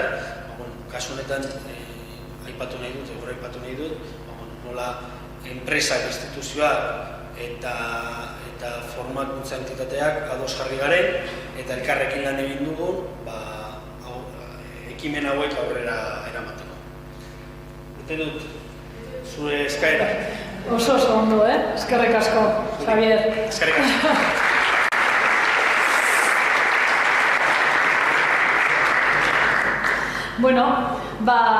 Amaitze aldea ingo dugu.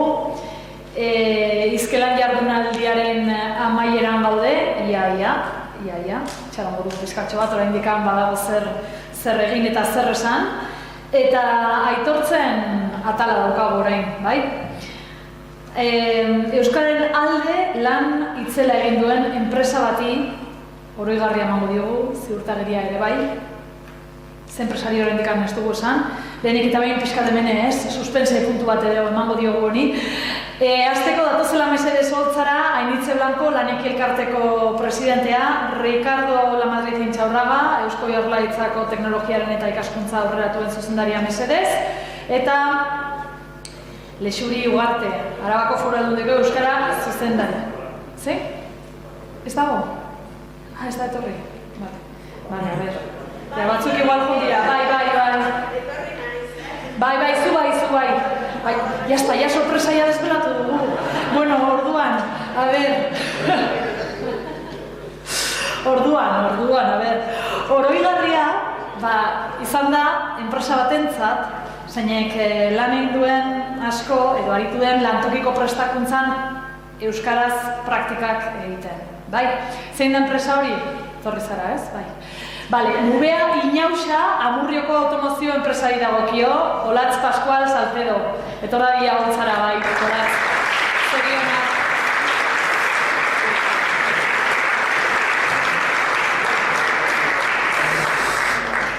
Ainitze Blanco, emango dio oroigarria. Olatzi.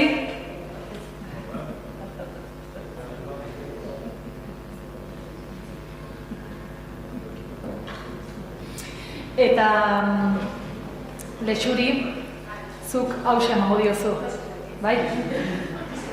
Bai. Hau da, lantokiko prestakuntzan euskara erabili izanagatik ziurtagiria, bai? Bi gauza horiek, Olatz zuretzat, Nubea Inauxa Amurrioko enpresarentzat. Beste txal bat eman duzu.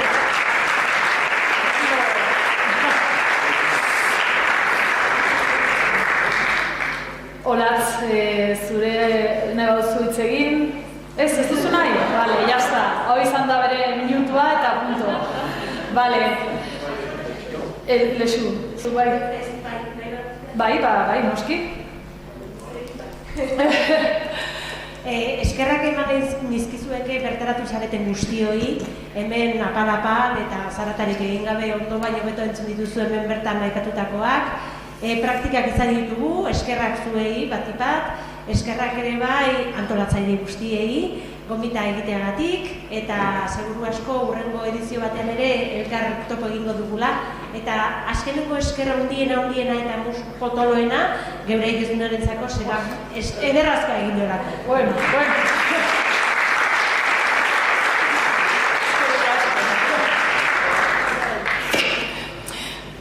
Ez dugu elkar ezagutzen.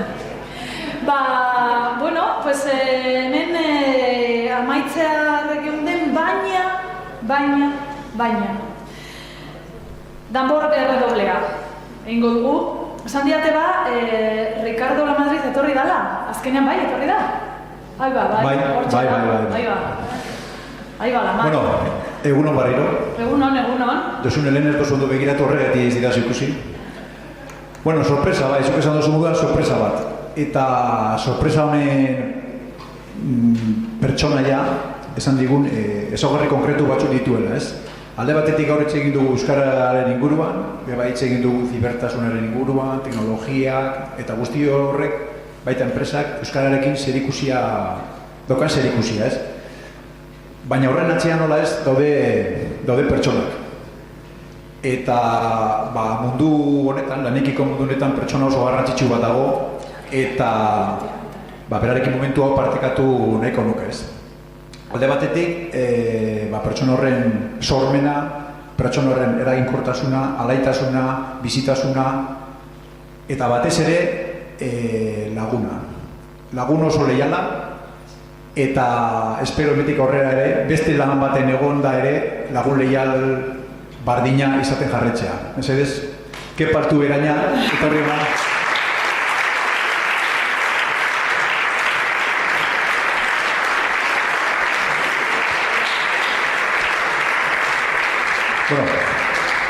Zutxako nola eskepa oroigarri bat daukagu, eta eskertu nahiko nuke kepa urteetan zehar, baina batez be, elkarrekin banatu edo partekatu genuen urte horietan, bandako laguntza, postasuna, ez dakit, fideltasuna, daneri, kepa. Orduen, ordanon horrean, eta orain, Lanbide Heziketako Sailburuordetzaren eskutik, eskerrik asko, eta zorionak zuri bilbide barrian, eta seguro bater gongo garela. Venga, hoi, hitz batzuk.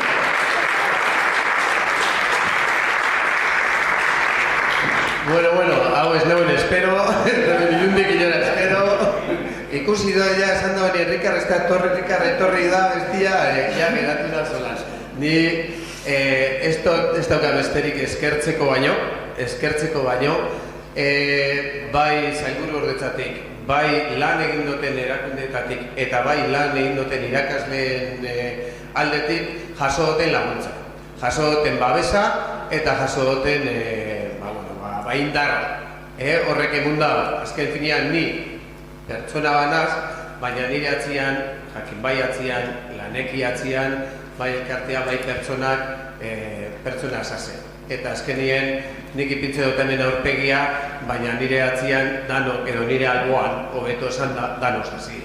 Orduen, eskerrik asko, besterik ez dago guten, ze ja estarretxa daukate, ez dutela ezer esatekorik, baizik eta ongi etorria eman olatzerik, ze berak egingo dagoen lanekiko lana eta orain arte ongaren moduan, berakin egongo gara Lanbide Heziketa euskalduntzen, ikasmaterialak aurrera ataratzen eta lanean lagunduko diogu bihotz-bihotzez. Eskerrik asko, Rikar, eta jarraituko dugu.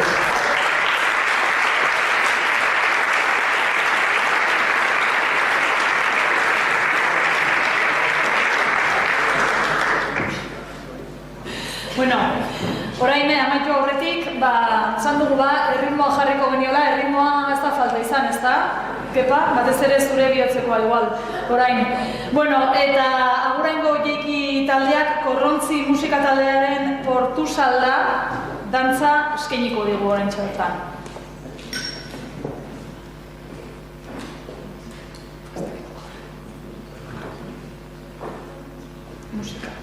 Musika. Musika gabe, ere, baina...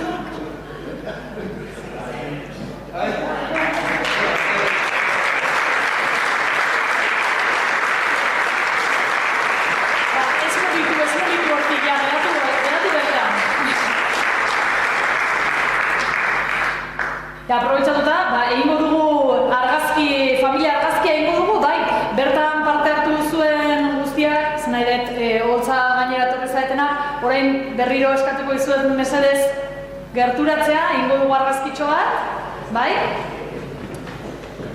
Eta... Vale, eta publikoa gara daiteke eta gero egiten dugu selfie edo olakoren bat, bai?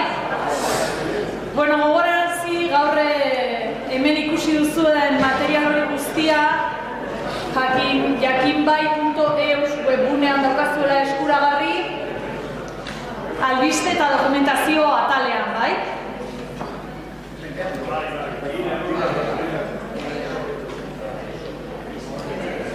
Eta bide batez, beraiek irribarre egiten duten bitartean, nik aurrera jarraituko dut, eskerrak eman ditu dalako, bai Maider Roza eta Alaitz eta Maider, behitu. Hora aizpei, bai? Agurrengo taldeari, eskerrak nola ez, Laneki elkarteari antolakuntza lanengatik, beti ere finak euren zereginetan eta langileak ere bere helburuetan. Izkelan laugarren edizio honetan aurkezpenak egin dituzuen partaide guztiei, bai, olatzizu ere, bai. Eta bai, Laneki babesten duten Arabako Foru Aldundiari eta Eusko Jaurlaritzako Hezkuntza Sailaren lanbide heziketako sailburu ordetzari. Eskerrak ere bai, etorri zareten guztioi.